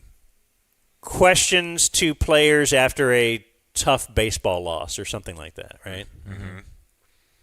But anyway. But then we subsequently found out that she had recently had a stroke, had been through some medical issues, and was just getting back to work. Yeah. Some people were white knighting over that. But, I told Blake in text that we should have a video of us calling it. I mean, it was right down the pipe, as they say. And they happen to be playing the Mariners, like right after that story. It could have been 6 months from now. Okay. the next time that was locked and loaded. And that's, And then good for we've had everyone. some ABS stuff that I hadn't anticipated before. What was the one? A few weeks ago, there was something that came up. I had one that go ahead. I'm sorry. Well, I can't remember the one, so I'm glad Well, you're... because as soon as I said it, I realized the one I had was pitch clock related. But I never brought this up on the show, and it was something that I'd never thought about. But Mackenzie Gore gave up – this was about a week ago. He gave up a shot on a 2-strike count. And he said afterward, because I was watching it, he ran out of time and threw a pitch. He freaked out kind of. He's like, I should – maybe there was 1 strike. Because he was like, I should have just taken another strike. But the clock, something in the communication, and he threw like a hurried pitch, and it was like they lost. That was like a game-winning run. I mean, the bullpen obviously is involved, but nobody's going 9. But you know what I mean? Like, that's an unintended consequence Of the clock, of the clock. I can't remember a couple weeks ago. I remember. Oh, it was the strike 'em out thing, or the ball 4. So if runners are going. It's called ball 4. Runner gets second. What if it? Yeah, the strike 'em out. There's like a reasonably should have thought involved in the rule, which is always dangerous. Sure. So here's an ABS today. It was the White Sox. Edgar Cuero is a catcher. Jeff McNeil is up to bat for the A's, I believe. And so there's a pitch. Called a ball. Low pitch, called a ball. Cuero does the catcher. He's trying to frame it, right? Pull it up. Hate that. But it was pretty close. Called a ball. Cuero immediately taps his helmet. Ump doesn't see it. The batter thinks it was a ball. Saw the catcher do that, and he starts yelling at the ump, hey, he challenged it. I'm not challenging it. He challenged it. And so the ump's like, no, he didn't. I didn't. And the catcher's like, what? That's awesome. Like, because now he's confused about why the batter wants it. So the ump goes and gets the other umps, and they're like, yeah, we saw him challenge it. So they do the ABS. It's actually a ball. It's actually a ball. Yeah, that's fun. I thought it was fun that it's like, hey, no, I want them to challenge it. I saw him challenge it. He can't take it back now. Like, he must have realized right then. Yeah. Like, oh, man, actually that was low. I shouldn't have, like. you're going to get somebody will make fun of you. Probably, maybe in his head somewhere was every time in the past when I pull up this, from right there, that's tricked them. He just called it a ball. Let's do it again. Oh, wait. God damn. I forgot the framing doesn't work anymore. Yeah. I have one more story for you on the sports front, but let's do it on the other side. Okay. The Dumb Zone. I got this email literally this morning from Anson, who wanted to shout out Travis and his team at Community Mechanical. So anyway, he had another HVAC company. And he said there was a part that needed fixed, but the labor would be $4,000. And turned off my heater and gas for safety reasons, and then said it'll be 2 weeks for them to replace it. Sweet. So he said he was already planning on calling ComMech. And then he says in parentheses, I've shortened community mechanical. Yes, anyway, he has. We'll let him own that one. For an alternate quote, but also to see if they might have a better response time. Now he says, everything I've heard about this company on your podcast is true. I called the office, left a voicemail, had a return call within 5 minutes. Explained the situation. The lady I spoke to gave me emails for both Drew and Travis, asked I explain it to them. I sent all the info, including photos of my equipment. I put in the subject line that I'm a Dumb Zone listener that needs help. They call me 9 minutes later. They gave a ballpark estimate over the phone. It was a quarter of the price the other company quoted me. They sent one of their technicians to the supply store a couple hours later to get the parts. They have the parts in hand. They were at my house 8:30 a.m. the next morning to complete the work. And really, he goes on, there's a lot longer thing where they also discovered like a gas leak that was in his, because his wife had smelled. Anyway, he says they're the real deal. They have a customer for life. You have my permission to use my name, all that kind of stuff. But we've gotten tons of these, though. Feels good. Yeah. Just to know that people are, they're saving people from the cold, from getting ripped off. And they're our boys. Yeah, I'm proud of them. CommunityDFW.com and the number that you can call or text. And they'll return your text, 469-667-7290. Hi, Rick Renner for Flooring Direct. Back in my TV days, I used to think negative publicity was better than no publicity at all. That's not the case at Flooring Direct. We thrive on reviews. A 4.7 Google star rating, top of Home Advisor and Best Picks. I won 13 of these babies in TV, but there's nothing comparing to the Super Service Award on Angie's List for 2 decades running and still champion. Get your free estimate today. We've got the best prices at Flooring Direct. Quality Roofing, we've got drones. Boy, they do. And they're going to take those drones, fly them up top, and get a good look at that roof and inspect it. They will. I never knew that until you told me last week. The whole lead up. I was last week years old when you told me that Quality Roofing has drones. But yes, apparently the insurance companies recommend you get your roof inspected twice a year.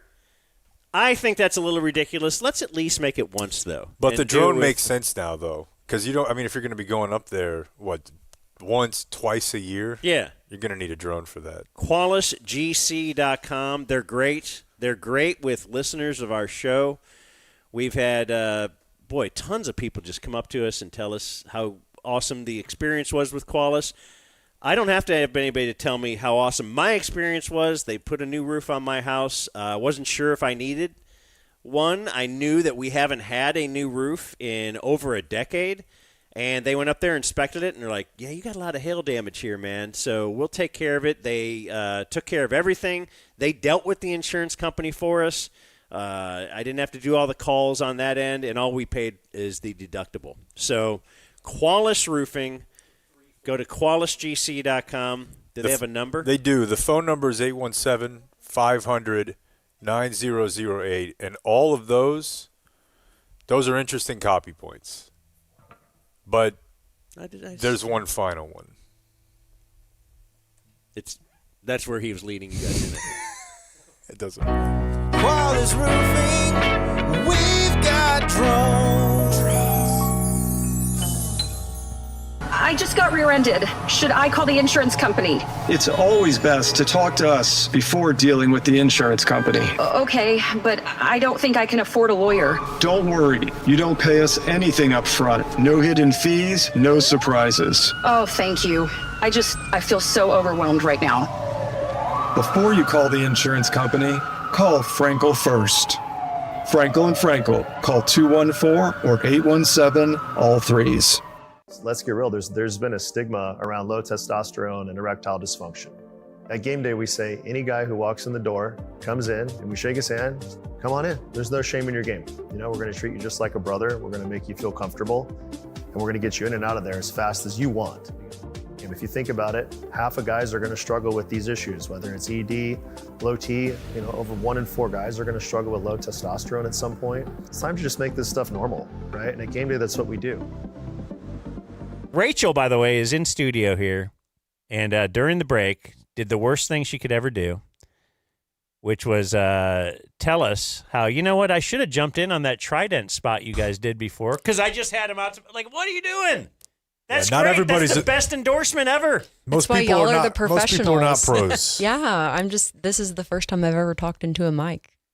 I know that's not true. So tell us about Try It real quick. Why did they come out to your place? So Jeremy came. So of course I listened to the Dumb Zone, and I sent him a text message and said, "Hey, I bought a house, and I would like y'all to come and try to fix. I think it's off the tracks. There's an issue." And they came out and actually quoted out a new door, and it was a lot less expensive than I thought it was going to be. I was like, "Oh, okay, that's incredible." I ended up with a really beautiful door, and it's insulated. So the custom garage that I'm putting in will actually be protected. And we got the new motor and everything. It connects to the Wi-Fi. It's incredible. And it was a lot less expensive than I thought it was going to be. And I've actually referred them, because of what I do for a living, to several of our clients that when they are buying a house and they bought a house, they were like, "Oh, this garage is just trash." And I was like, something that will pay for itself many, many times over is a brand new garage door and a new motor, hooks up to the Wi-Fi. So if you leave the house, you can close it. And I'm so glad that we did it. It's incredible. So that's my little piece there. So thank you, Trident. Y'all did an incredible job. But breaking news, I take you now to Ohio, where the whole state is buzzing. They now have their first Buc-ee's has opened. Wow. In the state of Ohio, Channel 11's Megan Hartnett is on the scene. The Buckeye State First Buc-ee's has been open for about 12 hours, and the chain's owner says today's excitement shows a promising future for Buc-ee's in Ohio. I'm not even the biggest fan, but I don't like the idea of Ohio having it. I don't like the idea of any other state having it. And I concede, obviously, that there are a handful of them in other places in the South, but I don't like it. Did it start here? Is that dumb? Is that obvious? What do you mean by here? Do you mean Texas? Yeah. Yes, it's dumb. That's a dumbass question. Lighten up. Well, here's the thing. Can I tell you, I'm predisposed to be upset about this. He went to Buc-ee's for the first time 6 months ago. Yeah. I'm the asshole. His whole life, he's never been. He came away disappointed. No, I don't think he did. They didn't have tuna sandwiches. They had 800. Right. They don't have anything for somebody who doesn't eat meat. No, because it was started here. And Terrell. This is the dumbest thing you've ever said. No puppet.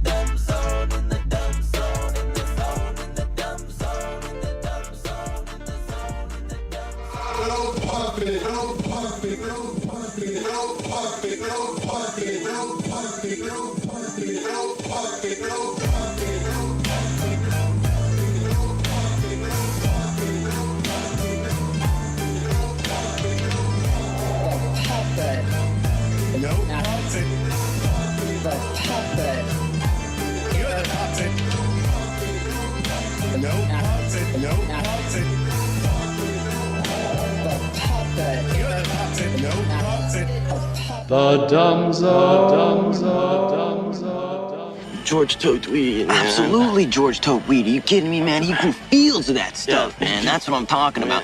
Fields. He grew that up in Mount Vernon, man. Mount Vernon, man. He grew it all over the country, man. He had people growing it all over the country, you know? The whole country back then was getting hot. Let me tell you, man, because he knew. He was on to something, man. He knew that it would be a good cash crop for the southern states, man.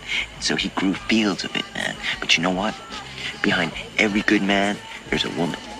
And that woman was Martha Washington, man. And every day George would come home, she'd have a big fat bowl waiting for him, man, when he'd come in the door, man. She was a hip lady, man. And she was real cool too. She'd harvest the crops, man. That's what I'm talking about. She'd put in the bushels and stuff and sell it, you know, because they had to, you know, make ends meet and stuff. I mean, did you ever look at a dollar bill, man? There's some spooky stuff going on a dollar bill, man. Yeah. I mean, and it's green too. You're listening to The Dumb Zone. See, I wanted to promote the Dumb Zone generic summer events, Saturday, June 6th. Mark your calendar, put it in your Palm Pilot. Four Corners Brewery, 6 p.m. And it is brought to you by our title sponsor, Community Mechanical. All right, we have a... Whoa! Damn. It's a crunchy stuff, boy. Emergency today in Twitter, I believe. The Dumb Zone presents Today in Twitter. Brunig is back at it. Yeah. He quote tweets the ESPN tweet about Brandon Aubrey becoming the highest paid kicker in NFL history. Matt Brunig tweets, rare miss from GM Jones. Kickers aren't very important in the modern NFL due to the fourth down revolution. It's the perfect Brunig tweet because there's a kernel of seriousness in it that he could probably debate and win on. He knows that this is going to play very, very angrily in our audience, which follows him heavily. Is there a lot of comments already? Yeah. Going with you don't understand. rare Maybe a miss punter. from GM Jones to set the whole thing up. I mean, he was the executive of the year in like 2016. The Cowboys have won a lot of games. I think he's two-time GM of the year, if I'm not mistaken. Someone pulled the number of field goals attempted, the average of the NFL. He says it's stayed consistent. Yeah. People trying to use stats to argue against Yes. It won't work, yeah. And, you know, he's right. The kicker, for the most part, is less important now than they've ever been. But there are some. Punters, for sure. Yeah. Well, kickers, I mean, they're not important. They're just less important than they used to be. Mm-hmm. You're just not scoring points that way as much. And, of course, there are people that would make the argument that having Aubrey makes the Cowboys less aggressive on fourth down. But he also changes a coach who's predisposition for that. Yeah. But he also changes the math of the game in major ways. But it's a fun thing to watch. The confidence of being able to throw him out there at a 60-yarder. Yeah. Like a 60-yarder in normal times was like, I don't know, 50% maybe. Maybe we'll get it, maybe we won't. Let's try, though. It's our last. Like, it's not their last gasp. It's like, oh, okay, 60-yarder, cool. Let's go do it. You just run him out there, second quarter, there he is. My other Today in Twitter note was a story I saw taking off over the weekend. Our buddy Ethan Strauss wrote about it. And is it AZ? No. Oh, okay, because I forgot to talk to you about AZ Fudd. Go on. We will have plenty of time before next week's draft. Nike put out an ad near the the store they have closest to where the Boston Marathon is taking place. And they put up a sign. As soon as you said, it made me start thinking of funny bomb-related signs Nike could have done. This one, not bomb-related at all. Okay. Boston Strong, baby. No, it says, runners welcome, walkers tolerated, which is kind of a dope sign. Like, as our buddy Jordan Rogers broke down on his Instagram, he used to work at Nike. This is, like, in line with the Nike that we all grew up and fell in love with, which is, like, this is for fucking psychopath athletes. Like, this is for Michael Jordan, Tiger Woods, Kobe Bryant. Like, this is for, hey, the LeBron ad they did for the Olympics said something like, winning isn't for everyone. And that's like the last divisive ad they've done. You know, they would do like, gold is for winners, you lose, or you win gold, you lose second. Nike's whole thing my whole life, and I fall for it, is like, this is not for regular, and of course it is, but they position it like, this is for badasses. And so this sign is that. Like, it's the Boston Marathon. We're not here for slow people. Like, this is not about. Yeah. And then, as Ethan said, they received backlash from POWs, people of walk. And they literally eventually took down this ad because there's some people that, like 20% of the Boston Marathon is like charity runners, and they're going to walk part of the race. And in general, just like saying to people who can't run, you're not welcome because you're slow, you're a walker, they took it down. To which Jordan's point is like, this is your mistake. Your mistake is not that you made this ad. You made this ad. And, right, you know, let the whatever. Excuse me. Yeah. Quote backlash. It's all fake. It's all online, right? If there was backlash, you just live with it. We did it. This is it. And then the backlash might end up being story. But yes, now this. I don't know, dude. Now you think less of Nike, though. I think you have to give in to the pace shaming. You definitely think less of Nike. And if you know anything about the stuff, you're saying you should have taken it down. No, I just wanted to let you know that they're using the word pace shaming. They are? Oh, yeah. Like that POW thing was real? The POW thing was Ethan. You made that up? Oh, okay. Ethan. But pace shaming is something that this is pace shaming. It's ableist to people that can't run. They can only walk. I mean, we all do it when we're driving by the fat guy or the fat lady. In our head, we know, hey, at least they're out there doing something. But I'm also like, should you be doing it that slow? He's bringing this up because TC's parents or dad makes fun of his score. I totally forgot about that, to be honest with you. But so you are into pace shaming? Yeah. Or he's against it. He likes the humiliation. I like that is true. Yeah. Both sides here. Do it to me. I'll run slower. No, but I mean, this is, if you know anything about the stuff that Ethan has written about Nike, and it's controversial and it gets people mad online, I guess, but this is how he diagnosed their downfall. And as Jordan says, if you try to be everything to everyone, you're nothing to anyone. That's kind of the brand thing. You have to plant your flag somewhere to be like, oh, this is cool because it's not for everyone. I always think Nike's stock price today is a third of what it was when Ethan wrote the article 5 years ago. Because that's when he wrote the article, people were like, look at stock price. Think they're doing fine with their marketing lesbians, okay? Well, now they're not. Was that initial article around the time, like, when they weren't putting out a Caitlin Clark shoe? It was a little before that, okay. But that's along the lines it's that philosophy of Nike. Of what they're doing. Yeah, it sucks. I think it's a good sign. I think the definite thing you do is plant your flag. Yes, like you said. We want to say that we're for the insane, like, if you wear these, you'll be like Jordan too. Like, we're for people like Jordan. Now, did you ever really in your life, you thought you were going to be a gunner maybe if everything worked right? You know, like you never really thought you were going to be Jordan, but you would buy nothing but Nike. I would buy nothing but Nike, but I would also go a step further, not to like invalidate your point, but just take a step further and say, I thought to me it was like a badass ethos. It's not necessarily how good you are. Obviously, everybody wants to be the best. You want to be Jordan. But that's the badass ethos. But it's like, yeah, just this idea of like, I'm different. Like they somehow, though, sniff out a 14-year-old Tiger Woods give him all the money right up front because they knew he's going to be badass. Yeah, and they don't have a lot of misses. Anything Nike is badass, and you're right.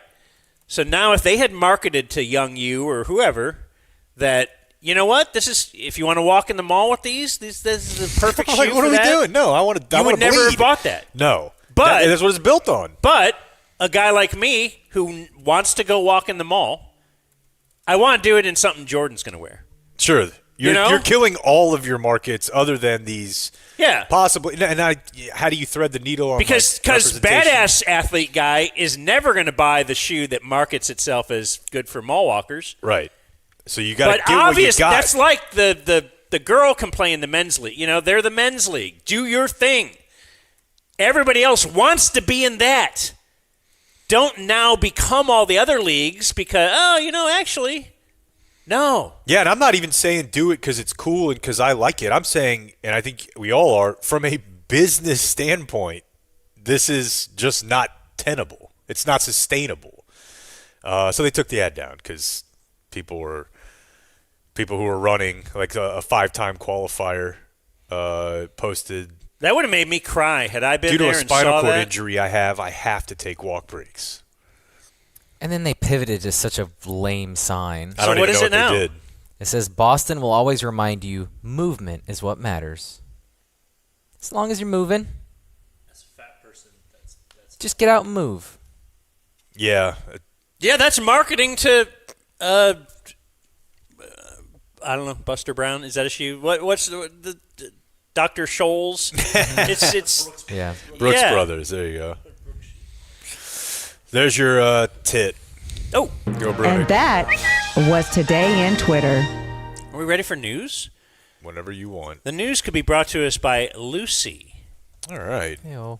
I got some Lucy in the backpack. I know they at all say, times. they're like, it's not for if you're trying to get off the chew or something, but that's really been a big thing for me. I've replaced the kind of gross brown tobacco pouch with a nice Lucy nicotine pouch. Clean, feels clean. You can make out afterward, and it's not all gross. It's You can make out during. lucy.co/dumbzone. Doesn't You have might to as be well out afterwards. Swap it back and forth. Give them the flavor buster. Sure. That's how I gave Blake one. Transfer the flavor blast or buster, the breaker, over to your loved one in their mouth. I'm going to tell you another thing, too. If you're someone who has likes to get a little nicotine fix, very plain friendly, the Lucy. Other things, perhaps, not as plain friendly. But the nicotine pouch is going to come through for you on the plane. Lucy.co/dumbzone will get you 20% off. What's your favorite first flavor? Order. I am an apple ice guy. Apple ice, 8 milligrams, got the breaker in it. They've got up to 12 milligrams. They've got gum. It's all 100% pure nicotine, and it is always tobacco. Blake was upset free. they didn't have like a salty flavor. Blake wanted that. And here comes the fine print. Lucy products are only for adults of legal age, and every order is age verified. Warning, this product contains nicotine. Nicotine is an addictive chemical. Wonder what he's doing out there. Here's Jay. Our sit-in is with outside. Dumb Zone. Fired up? It's 420. Oh. Do you think he's flaming up? Something's going on. Yeah. Did I sound gay saying flaming up? You Are they flaming up, flaming bro? up? Oh, you flaming up, bro? 2 men were found dead inside a minivan late last week in Fort Worth. They had crashed their minivan. Now, That's no good. the response to this crash, Why do two men driving in a minivan? they needed a hazmat response and a federal drug investigation unit. If you hadn't seen this story from over the weekend, this is 2 dudes who were carrying 10 buckets of liquid meth. Damn. They What were does that mean? transporting like what Walter and the used to have before they'd cook it into glass. Oh, like the big drum? It's a fucking paint can, dude. Like a massive paint vat, open, full of liquid meth. The fumes got to them, and they passed out at the wheel. Both of them passed out and wrecked their vehicle. Oh, and then Diana Rossini showed up. One man was already dead in the passenger seat. The other one was alive when they got there, then died. A couple firefighters had to go to the hospital for fume inhalation and having a good time, it says. What's the street value of that? I love saying that. Boy, is it in this story? They say it's 480 pounds. But is there a like what could you turn that amount? into? What if you found you $3 happened million. upon this? They kind of crashed on a back road. You found it, and you're like, you know what? I'm just going to take one of these buckets of meth. So I could, How much money 300K? could you get out of it? Oh man, zero. Like how could you It's ever? zero. Just because I just don't have the. I don't. There Do you was have a someone to time call that you could be like, hey man, I got like this bucket of meth. I could 100% get rid of it. But what I'm saying is, I don't think I could get rid of it in a way that I'd feel comfortable legally at all. I'd be in jail in a day. But if you're asking me, do I think 3 phone calls from now I could find somebody who could take this off my hands? I think I could. It wouldn't take 1 phone call, but I think by 3 I'd get it done. But I would be in jail, and I don't want that. I don't want the risk of it. There was a time, maybe before kids, where you're like, would I take like a 1% chance at 5 years in jail for $500,000? There was a time. You wouldn't do it now? Fuck no. It's just 5 years. No way, dude. You'd get out a blast ball. We had the story the other day, very sad, of a guy who was a fixture in the local cycling community, had crashed with a car and died. I thought about you today because I was driving back to my house this morning. Leading statement. Meaning I was gone. You did look like you were a little pumped up. Guy driving, so guy's on a bike coming my way, but so he's on the other side of the street. I'm just regular. But then there's a guy behind him, and you know our street, it's 30 miles an hour, whatever. We're chilling. It's up Carroll. Guy that was following him starts to pass him, so now it's me, this big van is in the middle of us, and then bike guy. And, like, this guy is in that's such a hurry. Like, he almost killed that guy. Yeah. That guy wasn't wearing the bike outfit. He was just wearing a sweatshirt and a helmet. He had, like, a gray goatee. You know that guy. So, I don't know why he wasn't just on the sidewalk. He didn't look like real cyclist guy. Unfortunately, that might be where we start this, is why are you – see, the other day – Because the road is for everybody. That's what they'll tell you. I had one the other day. I feel like I must have been headed to your house. Blake might have been the guy. You're also impatient behind a bike, right? Because they're doing that as a middle finger to you. I can see through it. He might be out there just trying to get in shape. Then get on the sidewalk. Get on the sidewalk, yeah. Go to a track right around there. That'd be fun. I almost got hit by, it looked like a teen. Just 10 bikes riding around the track. There was a teen who passed them, and she had timed it very poorly to a point where I just had to stop, like mid-road. Yeah. On a 30-mile-an-hour street because she hadn't left enough room. I'm like, what are we doing? Boy, I had a tough time coming out of the airport yesterday. The airport's all jacked up. Like, for the World Cup? A lot of construction. A lot of expansion. So they say for the World Cup. What does that mean? I don't know. They put in an extra runway for the World Cup? So I'm leaving the airport. But anything that's happening, just go World Cup. I feel like we're not prepared for what's coming. No, I don't think so. No, it's just you realize at the airport, and I used to be this way for sure. So maybe I was drunk though. But people at the airport, the whole thing, everyone's so mad. Everyone is. You realize when you've kind of like potentially gotten to a place where not everything pisses you off. And I'll tell you, when you're in like treatment or fucking whatever, the most common things people will say about like checking your frustration is traffic and like the airport. They'll be like, so I was taking a trip the other day and this is coming up and I had to like, okay. And it's that in traffic. And there was a lady in front of me on the plane yesterday. I had a middle seat. That was part of booking a last minute flight. I'm tall. 2 people next to me are tall. My knees are going to hit your seat some. It's just going to happen. You're on a plane. Is this 72-point font lady? No. This was another lady who Dan would have been really into. And she turned around and was like, excuse me. And I'm like, okay, yeah. Wait, did you have an accent? The accent sold it. Okay. Yeah. I was like, yeah, you know. She have a little Bluetooth in? I just shrugged, like I'm not engaging with you. And then I was leaving the parking lot, and there was a dude And I can only figure that he had a baby in the back because there was a woman in the back seat, and he was in the front by himself. And I guess he wanted to get in. It was going down to one lane, and I wasn't really paying attention. I wasn't trying to be an asshole, but he was trying to get in front of me. And I just kind of didn't notice, and he just lays on the horn, giving you the bird finger outside the window. And I just kind of said, go ahead. When's the last finger car you in front of gave? me. It's been a minute. And I tell you, it wasn't last night or yesterday afternoon because Blake's been more recent. I then sped up. I let another 2 or 3 cars go in front of me because I'm like, whatever, if these people want to get in. And then I caught up to him, and I gave him the thumbs up. And I said, Look at have that. a good day. I'm not a finger guy. No? It seems kind of silly. Certainly it is. You ever gotten mad at it? Like, does it do anything? I think it's kind of funny when someone gives you the finger. Right. I like it when they do isn't there like a kind of hitting your, like, what's that move? Like you're Yeah. punching up and kind of a boom. Yeah, I learned about that from Grand Theft Auto. Anyways, the reason we have go ahead. I just wanted to give you an airport pickup hack because I do a lot of picking up at the airport. That's right. All right. And it's always like, it's become quite a mess up there.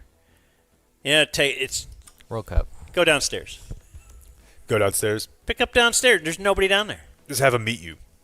Just yeah. walk down the stairs, go down the escalator, or whatever. Oh, yeah. And we'll get right out. Mm-hmm. Get right in, right out. Up there, you're waiting. People are upset. We're ready. Can I find a place to park over here? There's going to be a cop telling you to get moving. Like, just go down below. It's air conditioned, kind of, right? Because it's under there's no sun. You're in the down below. It's the drop off. It says drop off, but no. Guess what? They're not policing that. Yeah, big time. They're like, hey, you didn't drop focused someone up off. top. They got in the car. No. It doesn't matter. It actually works both ways.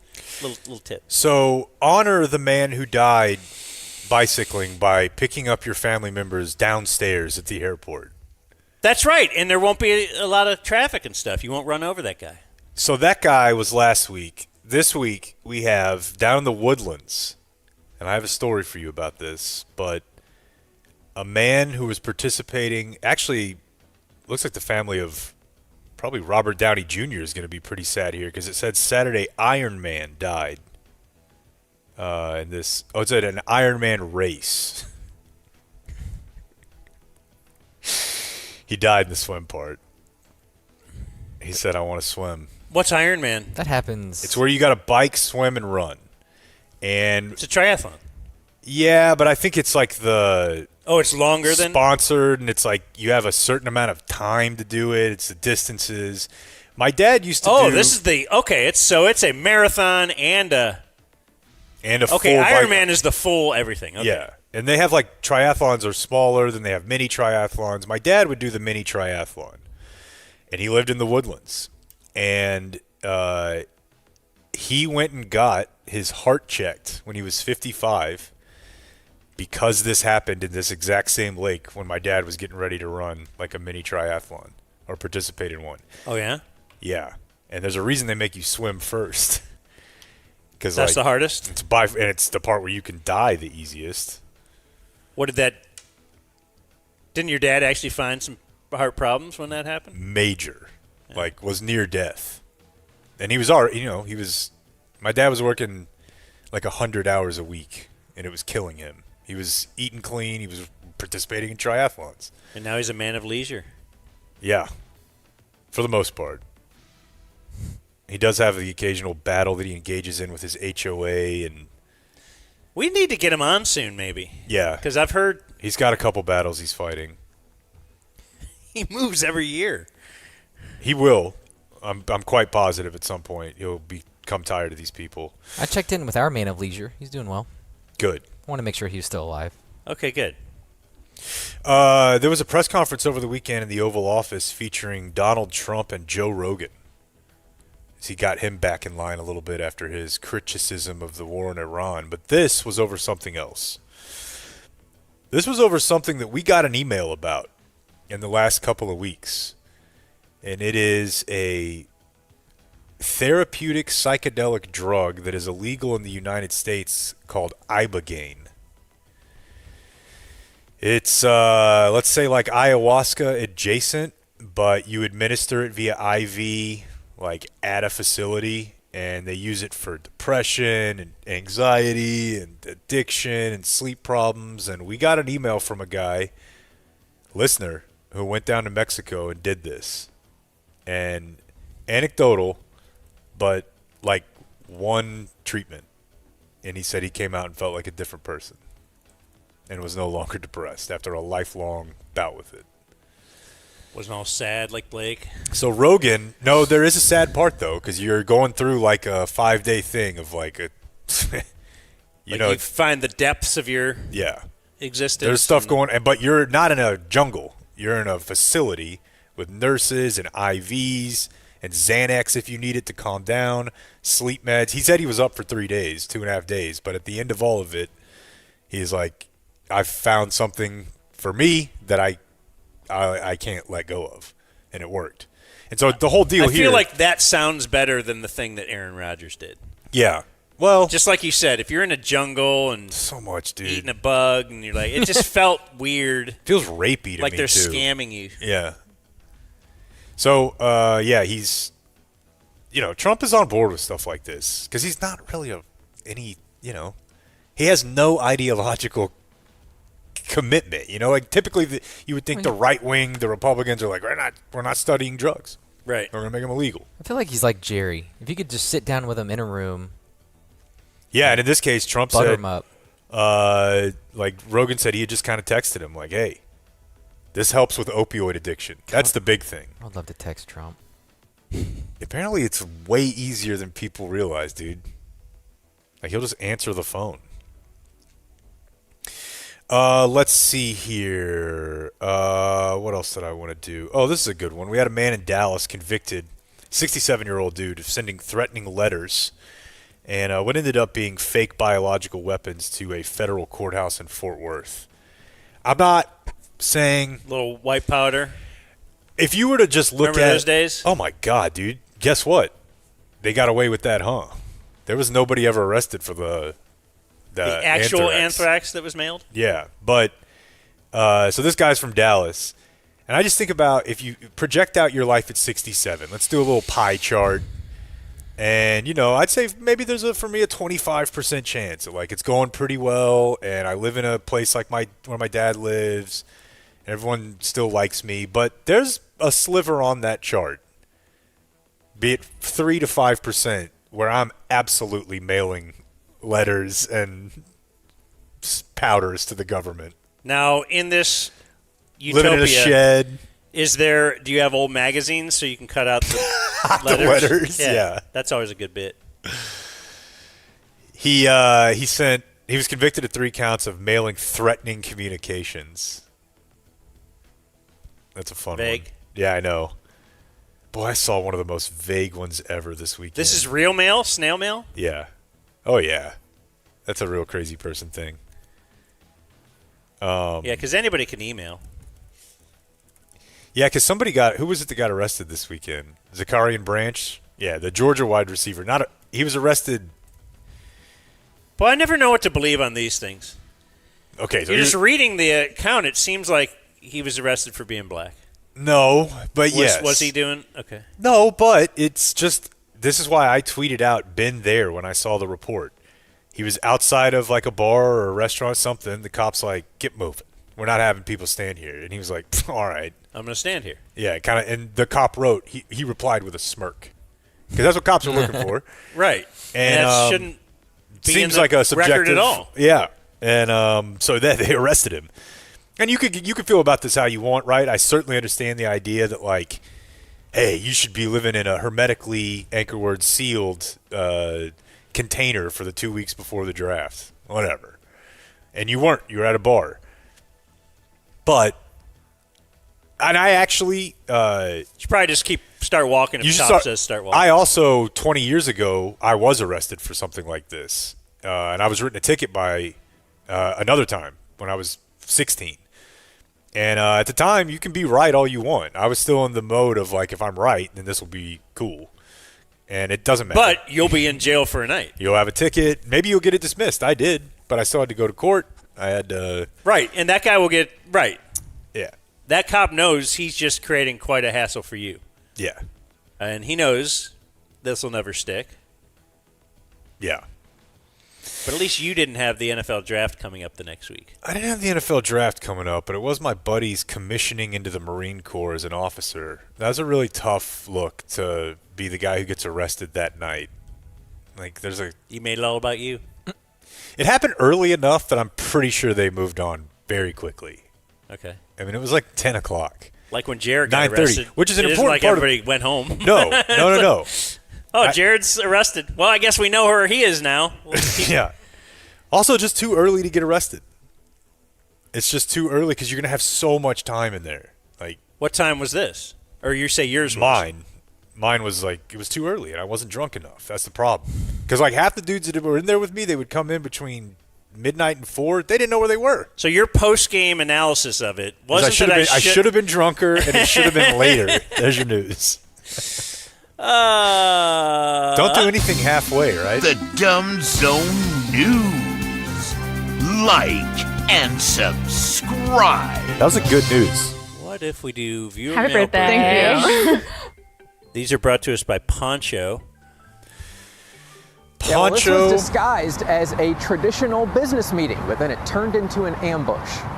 I'll make you pay. Lontrell Williams Jr., a well-known rapper by the stage name Pooh Shiesty. Doesn't he wear poncho? Exclusively on Fox 4. PonchoOutdoors.com/dumbzone. Get you $10 off and free shipping. You need some ponchos for the spring, for the summer. Go get you a nice little 2 or 3 of these shirts to put in a rotation. These They're great. shirts are so nice.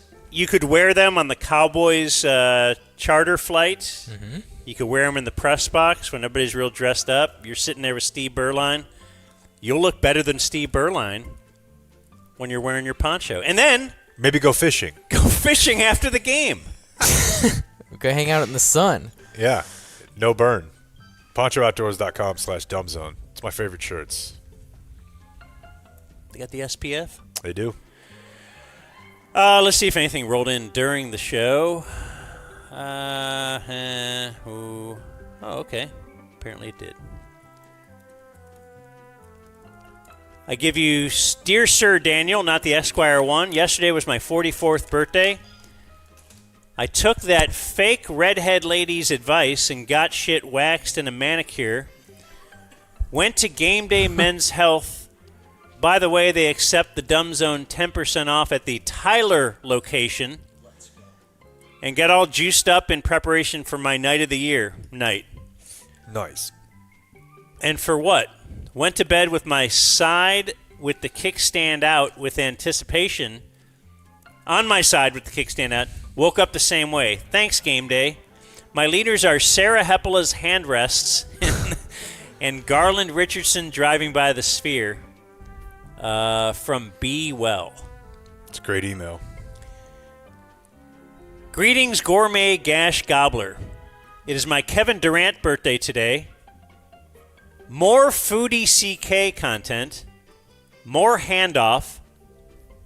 Less disparaging of the greatest television show of all time, Mad Men. I thought he was about to Frasier. come for Frasier. That's from Kyle in Houston. No, I loved the part where it was like it was from a time before. And that's what really made me into it. Because my grandparents would talk about So for real, I asked my mom this weekend if she's watched Mad Men. And she's like, I watched like half of this, because I sent her season 1 apparently on DVD years ago. Nice. And she goes, I watched like half of it, but I had to stop. And I go, why? She said, because it made me want to smoke too much. Yeah. Wow. Because she's had like a heart attack and she's had bad times. So she had to quit smoking, but she wants to smoke. Subconsciously, I think that was a part of the reason why that show was a problem for me. Smoking and always drinking? It's always drinking. There's never a scene and you're like, you could probably have a little. It's fine. Dear Uncle Hotmail, Slit Slayer, and Fupa Filayer. It is the birthday of my wife, Diana. She turns 47 today. She was not woken up in that special way. Her leader is Dan, Half-Eaten Napkins, and all of my imaginary fellowship of dumb friends in the YouTube chat. Shout She out. moved here from Valparaiso, Indiana, home of Orville Redenbacher, where they honor him with a Labor Day popcorn festival and parade every year. Okay. Attached, you will find a picture of the Popcorn Festival's 9/11 Memorial Float. Excellent. Complete with both World Trade Center towers represented. Notice the attention to detail, which includes explosions and debris coming out of the giant holes created by the airplanes that crashed into them. Personally, I can't have popcorn without thinking of this incredibly tasteful tribute to the victims of 9/11. Never forget.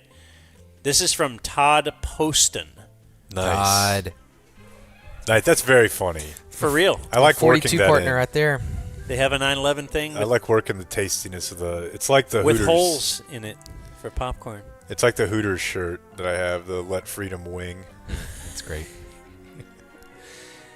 And Dear Bracket Dan, it is my former P1, current D1 friend Jacob's birthday. He's a member of the Beehive. Excellent. But his leader is Jake trying to rewrite a question when he knows he was wrong, and then attacking someone else to try and move the spotlight away from him when it invariably doesn't work.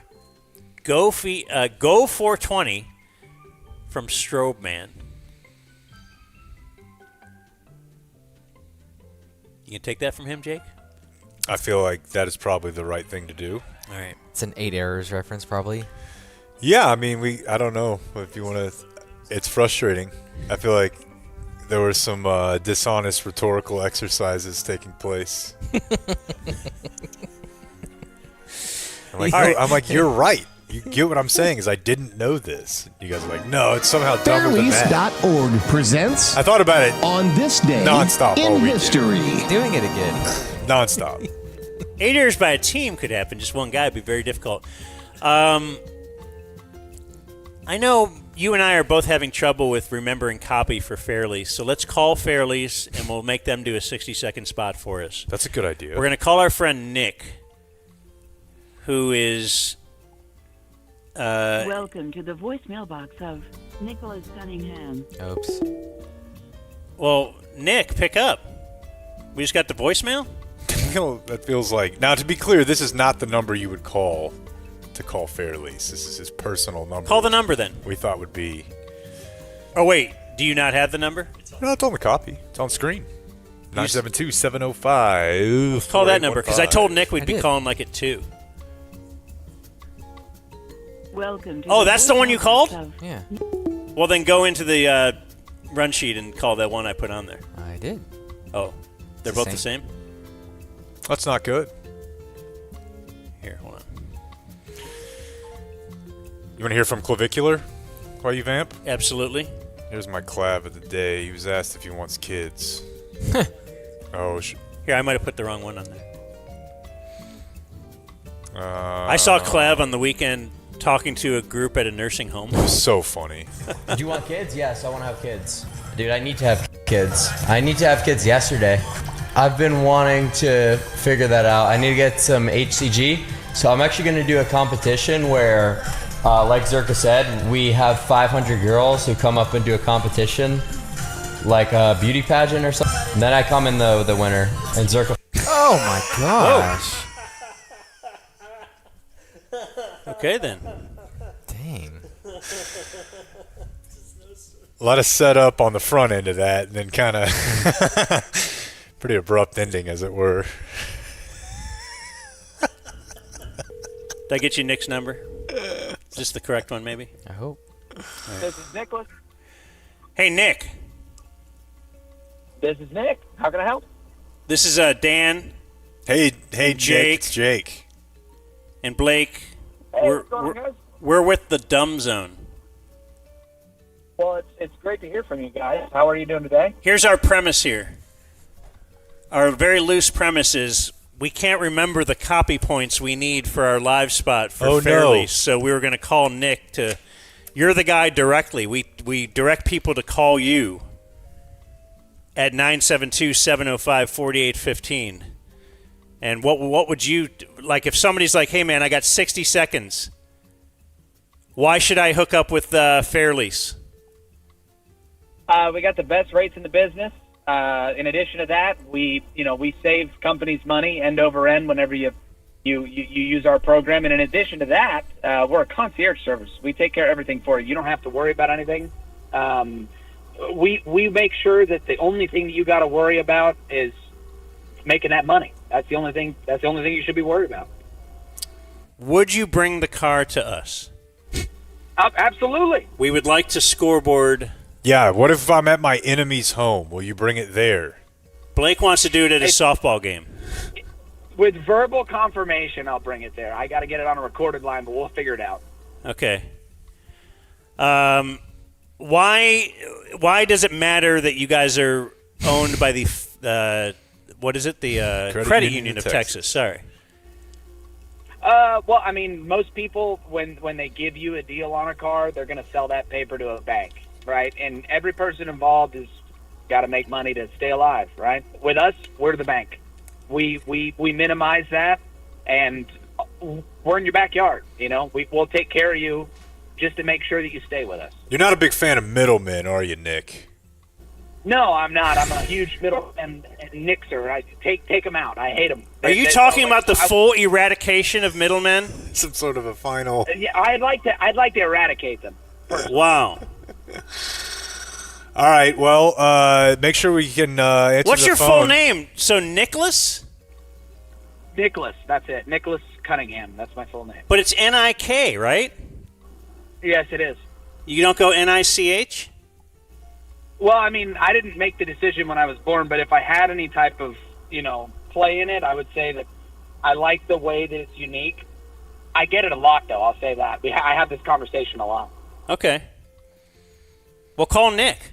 Have the conversation with him at 972-705-4815, fairlease.org. Thanks, dude. Happy 420.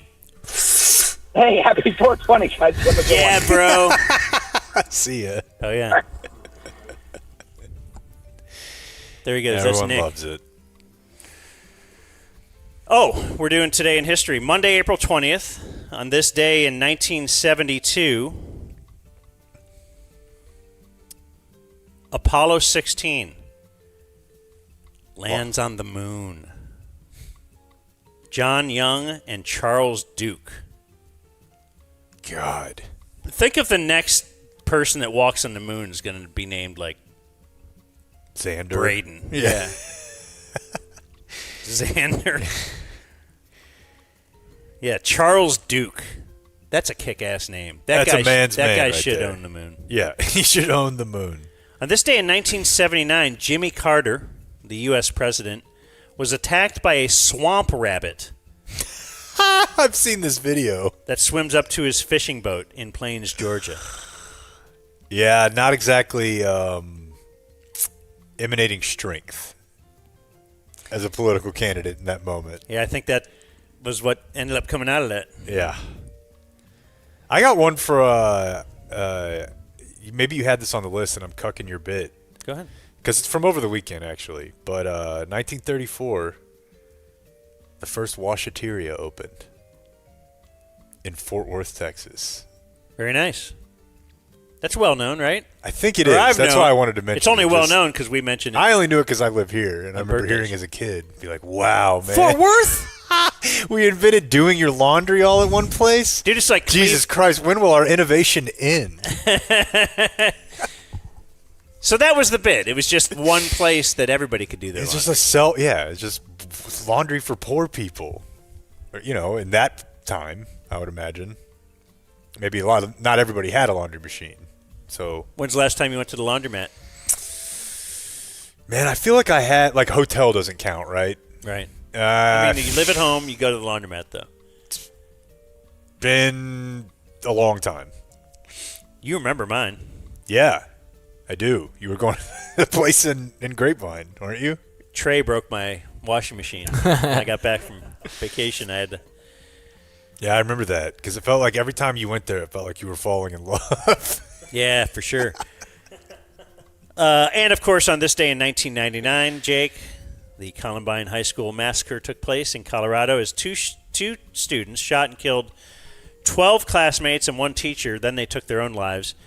And I was thinking, now does a 12-student gunman rate for front page news? 12 student alone, no. So if you got a buddy? But if you have a buddy and you have the... I would say... Okay. let's just all be cool here, right? There has to be a coolest school shooter. There's going to be a bunch of school shooters. One of them has to, right?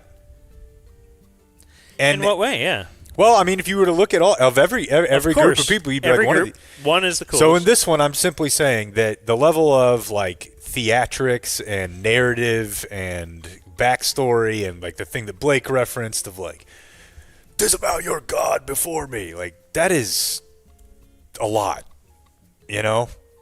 You're saying they set the bar high and it still has not been. I don't think it has. I mean, I know there are kids with manifestos, and I know there are. Do you wonder why there's not more live streaming of it? I mean, I imagine it's, pretty hard to get it out there. I mean, it happens actually quite a bit. No, like while you're doing the school shooting. It's happened. It has. Oh, it has? Just that you don't They take ever. it down They take it down. I mean, within it going up, it's getting reported. But, oh yeah, dude. And you remember like that race grocery store murder in Buffalo? Yeah. That dude streamed the entire thing, and you can find that. Is that what you're after? No, I'm not really after Hey, it. why can't I see any of this murder? I always like lighthearted fare for the to help get to sleep. Maybe something. But I was just thinking. So in the future and there's never really been a real dress up thing. Like I'm going to dress as Rambo, or I'm going to dress as Iron Man, or just whatever. So you're saying maybe a costume into the school shooting space would be. I'm just saying if you want to set yourself apart now. I agree. And I'm also saying it's like Nike, be something. April 20th, this day in Dumb Zone history. In 2020, we were doing a little draft prep for the Dallas Cowboys, and we were coming off a historically bad defensive season. Justin Fields. And no, we were saying grab a few average defenders rather than just maybe one above average. That draft landed Micah Parsons. So maybe we just draft another Micah. Now, that is a very interesting point, and I remember that year. I was not happy when they drafted Micah. I was super pissed because he had a total of about 2. I did care about that, to be honest with you. Based on the stuff you knew at the time and all the stuff the Cowboys were selling you, and it was also 2019. Maybe we were overreacting to a little guy sexual hazing. I don't know. It didn't seem good. Now, since then, a bunch of people from up there have told me it really wasn't anything worse than what you'd expect. It's the leaders in a locker room being gay aggressive. But my main beef was that he was an off-the-ball linebacker. And I really cared about that a lot more back then. And he had rushed the passer like 200 times. Yeah, he wasn't known as an edge. And they just started running him inside, outside. But you know what they didn't do? They didn't trade up to get him. They traded down. Mm-hmm. They didn't have to go package picks. They didn't have to go, They came out with a guy that you would have moved up for by moving back. Also, this was 2020. Rare miss by GM Jerry this year, Yeah. I mean, that's the guy who drafted Micah by moving back. I want to get Dan's take on this. So lockdown was in March, so we're like a month into lockdown. And we did this story about this cruise ship that had not come back yet because it knew COVID had taken over. Wow. I forgot It had been out for 7 weeks. And so, Dan, if you were on this cruise ship, would you just want to stay out as long as you could? Boy, that's whatever the Sophie's Choice. Yeah, like none of us are sick, right? No, you're all healthy. So we're not going to get sick if we don't go back to the mainland. But you're with all cruise people. Yeah, so imagine it was like a what one of those movies, pandemic movies, though. There are actual bodies in the street. You'd have to step over on your way back home. I think you'd stay out there, right? Yeah? Yeah, I would stay out there, but I would move quickly. I would try to consolidate power and see if I could make a play. Because I tell you what's going to happen. I had this moment yesterday, and this is like what it's like to be a dude, I think. I told you guys, Drew McGarry used to write about this all the time. But I was my plane came into Terminal C, and I needed to get to Terminal D. So I had to take the Skylink, right? It's about the size of a subway car. It's in the sky. It's fucking way up there, dude. And when you have to go from C to D, you have to do the curve. Now, when you have to do the curve, it's a loop. Oh, yeah. No, I've been on it many times. I haven't. I've gone from like B to C or C to B. Did it throw you over? It didn't throw me over, but to take the curve, you got to hold on. It has to slow all the way down. Oh. To a snail's pace to get that curve. And then they put it back in drive and it starts going. Well, when you're on that curve, you're in there with like 20 people. And I don't know that all of them were ready for it either, because it kind of stops and then it starts puttering along and you're like, what would I do if this thing stopped up here? You're just out in midair. And we're far enough from D and C. We're in the middle. Yeah. We're whatever, 20 stories up. Do you just start having sex with everyone? Well, you know what I did think is I did think somebody in here there'd be a couple people who need to take control.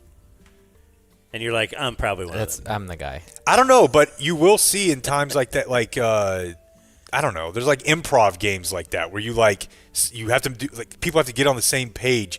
Whoever just says I'm in charge, people will listen for a little bit. So I feel like somebody in there, and I don't know that it would have been me. I'd want someone else to do that, and then I'd just bitch about them. I would support them. I wouldn't want to be the guy, but I like being a second in command. Like, yeah. I hope you run. Do you guys run through those scenarios? Muscle. Like, immediately in your head, you're just like, God. What if? What if? Yeah. No. I try to not work myself up like that. You just chill. In 2023, Jake says it's been a big decade for cups, and I feel like you were a little bit ahead of your time. Now it's the Stanley. Can I tell you guys the most shameful thing in my life in the past 48 hours? My wife has a cup made by a company. I don't know how to say it, but it's BRU Mate. Brewmate. Brewmate. My son, is obsessed with my wife's cup. Now, I, a smart man, understand that that's because psychologically deeply implanted in him, Freud or not, he's competing for her time and resources. He wants the cup because it's her cup. She turned around and bought him like a kid's Brewmate cup that's nicer than any cup that ever existed the entire time I was alive until 5 years ago. And now my 3-year-old has like a $30 cup, which will be gone, wasted. And also, I'm going to film it when he gets it so I can show you guys, because he doesn't like the cup. It's not the cup. He wants to take something wants from mom's you. cup. Yeah. Yeah. That's it. That's what it is. I mean, why he's hitting me so much, because he wants to have sex with her. Makes sense. It's true. On this day in 2023, LeBron said he knew Austin Reeves was going to be good, which we just added to the list of Hey, bro. Migos, the deluxe album. Today's not the day I'm going to tolerate any king slander. Oh, my apologies. And then final. We want a playoff game without both of them. With a son. Yeah. Dude, please tell me y'all saw Skip. No. I don't know where he puts this stuff out, but he's got his own little outlet. And his rant last night or over the weekend was that he has always known that Bronny had a little more clutch in him than LeBron did. More? Okay. Because Skip has always said that Bron is a little afraid of the moment. You know, Okay. he doesn't show up like Jordan and Kobe did and these other greats. But when he sees Bronny, he sees Kobe. he sees the instinct. And final thing, 2022, we had Chain and Glue Girl on. Do you remember these? Oh, little absolutely. gals? Yeah, they were mad because the owner of the Timberwolves, gassed like 1 million chickens because they got a disease. Which protesting Glenn Taylor, for how he killed 5 million chickens. I mean, and then they told us how they got the stuff in, how they got to the court. It's great. She glued herself. Chain Girl went to jail. It's great. I appreciate that more than just being like bitching online. You know? Yeah. Do something. Speaking of booking viral people, do you want to promote anything? I do. We played a video last Thursday of who we're calling the zesty volleyball player. And I have to address this because I guess people online are just this dumb. I said a volleyball broadcast, a color commentator. Somebody thought I said colored commentator, like people still say that. And let me rephrase it. One of the volleyball broadcast analysts said he should. You can't do this now. You've been calling him that for years. Yeah. And that's kind of your. That's what you always do to us. Isn't that why you have a subset called the Colored Hive? I was shocked when you said it, so I'm glad somebody's picking up on it. Anyway, guys. I just thought it was back. I thought we were allowed to say it again. The zesty volleyball player will do a finger wag. He'll just do his little spin. Stick his butt out a little. He's very flamboyantly gay to upset the other team, and he's apparently awesome. Anyway, that spread. We played his video. We love him. He'll be on the show on Friday. Jordan Lucas. Now, don't use your language in front of him.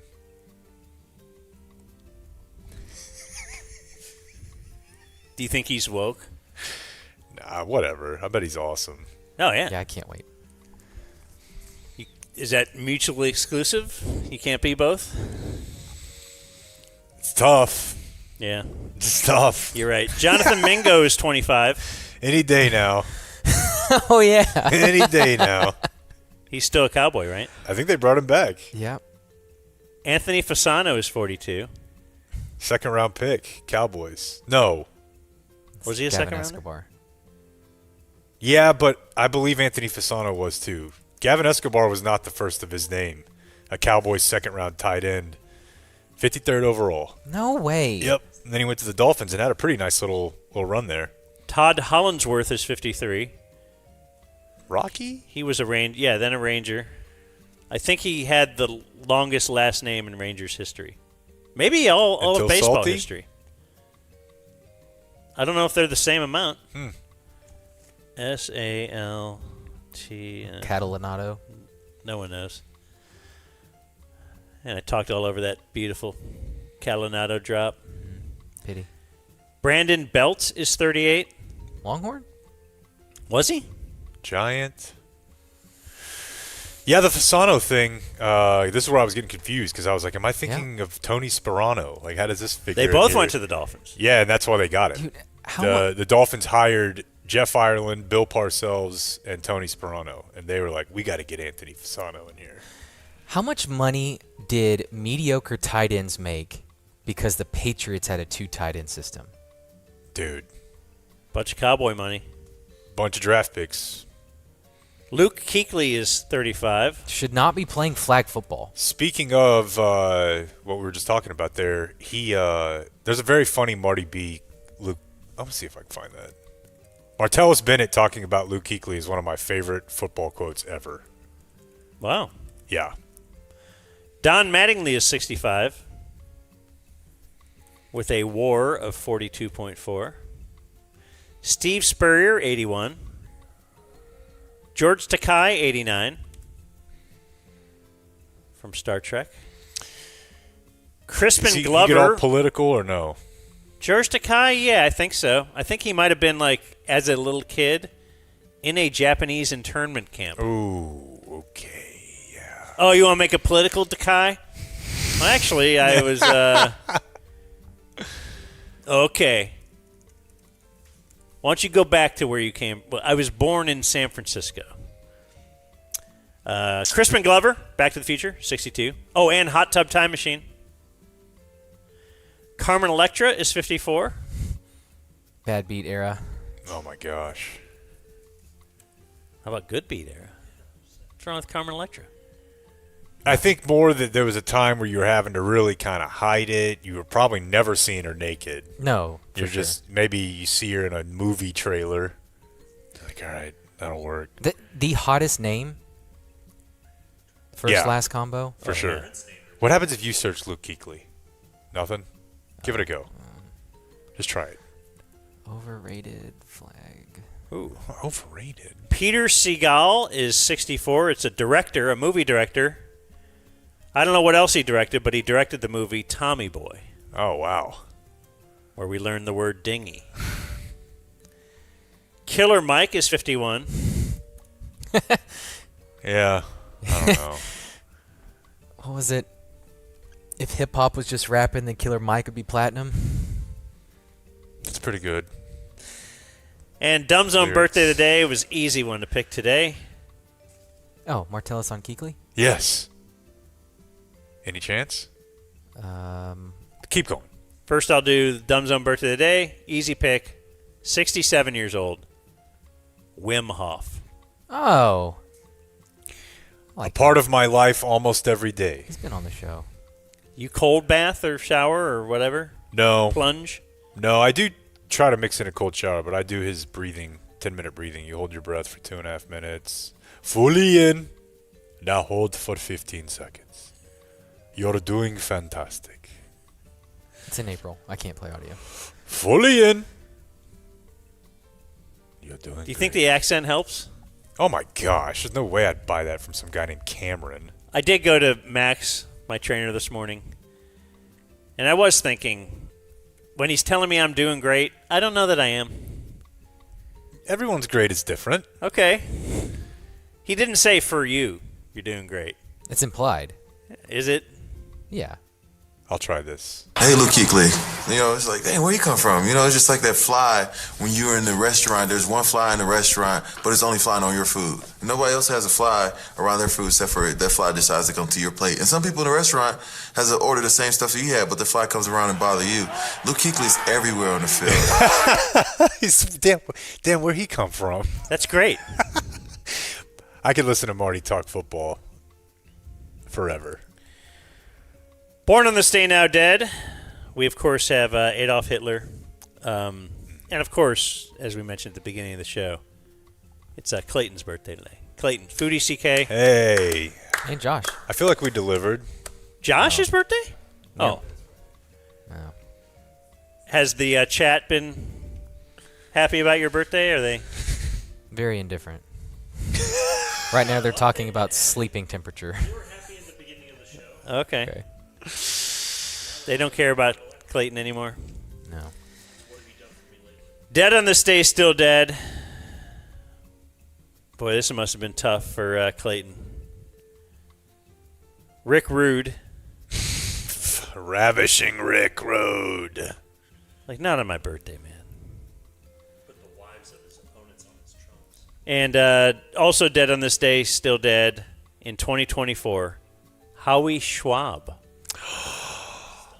He was finally stumped. Stumped the Schwab. Cancer, folks. And that's what happened I can't believe he didn't this live a day long, in healthy history. life. Well, he was like, yeah, he was probably like 60. I was going to say, he was kind of old. No, he actually wasn't that old. Terrible shape.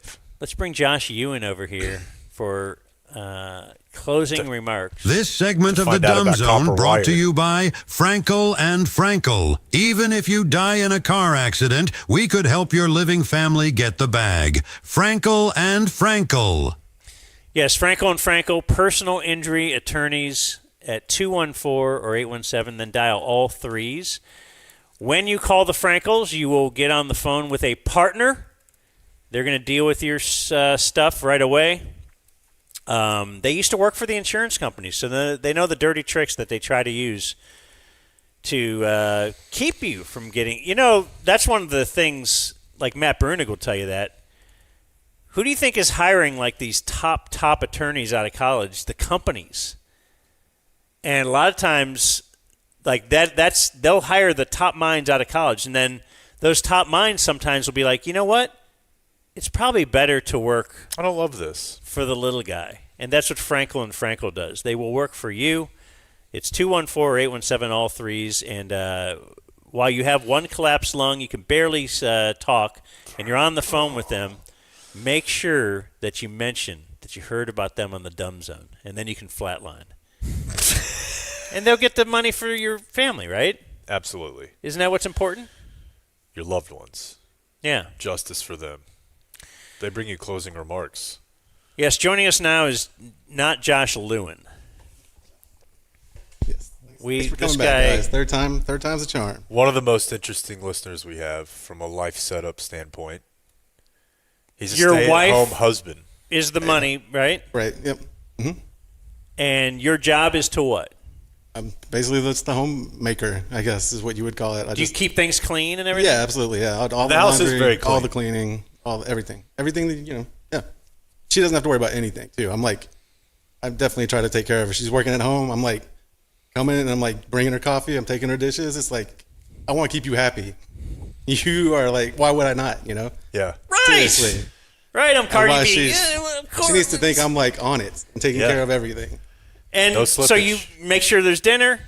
Yeah, I mean, You're making and sure. we don't even cook that much, but yeah, like we take care of. You'll go pick up though Absolutely, if she yeah. needs someone to go pick up the food. And so it's like, hey, focus. It's like a pro athlete life. Like, hey, focus on Yeah, your sure, job. yeah. You bring the That's money accurate. in, and I'm going to make stuff easy for you. And that's what you do for her. Yeah, I don't let her sleep around, but yeah, like pro athletes are probably a little more forgiving of that. We are. Well, in yeah, a she doesn't committed make that much. relationship. Yeah, Right? There's a level. Yeah. Yeah, that's right though.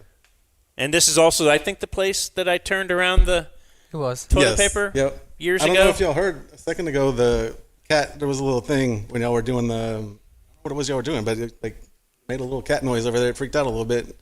It's been cowering over there. You know, my crazy ass cat. You had an incident with the cat too. The first year we were here, that Yeah. cat would actually physically assault you. Yes. And you big even time. warned me. You said, Yes. don't walk near the cat. It will scratch your legs. It will, yeah. But it doesn't. It's not crazy. It's not that crazy anymore. But it's still a little crazy. Okay. So, but it got scared last year because it was raining and it was hiding the whole time. And then it had to listen to Chris Farley's brother. yeah. Yeah. It's always hated cats. So, yeah, always a memorable show here. And then today, the day that Brandon Aubrey gets signed. Yeah, that's awesome. That is great news. I'm glad he's going to continue on. Keep the mic close. Sorry, yeah, I want to. It'll cut out. Eat it. Okay, I will. I'll eat the mic. Are we good? Yeah. Cool. All right. You want me to start? Yeah. All right. So I do want to say, like, just coincidentally, I didn't think it all through. I'm not down with Nazi stuff. I denounce Nazis. I didn't think about it when I said a birthday on today. I'm not trying to do a bit. I hate Nazis, flat out. Let me just say it. Yeah. Okay. Just so people don't think. Established. That's it. And so the funniest line since y'all were here last, the bit that I wanted to do. I want to give y'all the line and see if you can tell me the context or who said it. Okay. So Is this from our show? Yes. Okay. Yes, absolutely. From the show, not just from The funniest random line media. that you heard in the last year, and we have to remember who it's from. Or see if you can tell me. Okay, so the line is, I want to do it clean so it's not giving anything away. Where would everybody park?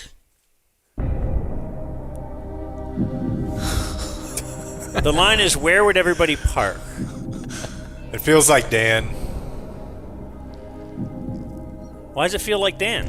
Because it's not that funny? No, I feel like when we learn it, it's going to crush. Damn, I got nothing. Obviously, lots of people are going. What's that? He says Jake, but I have no. The context is what we need. Where would everybody park? I got nothing.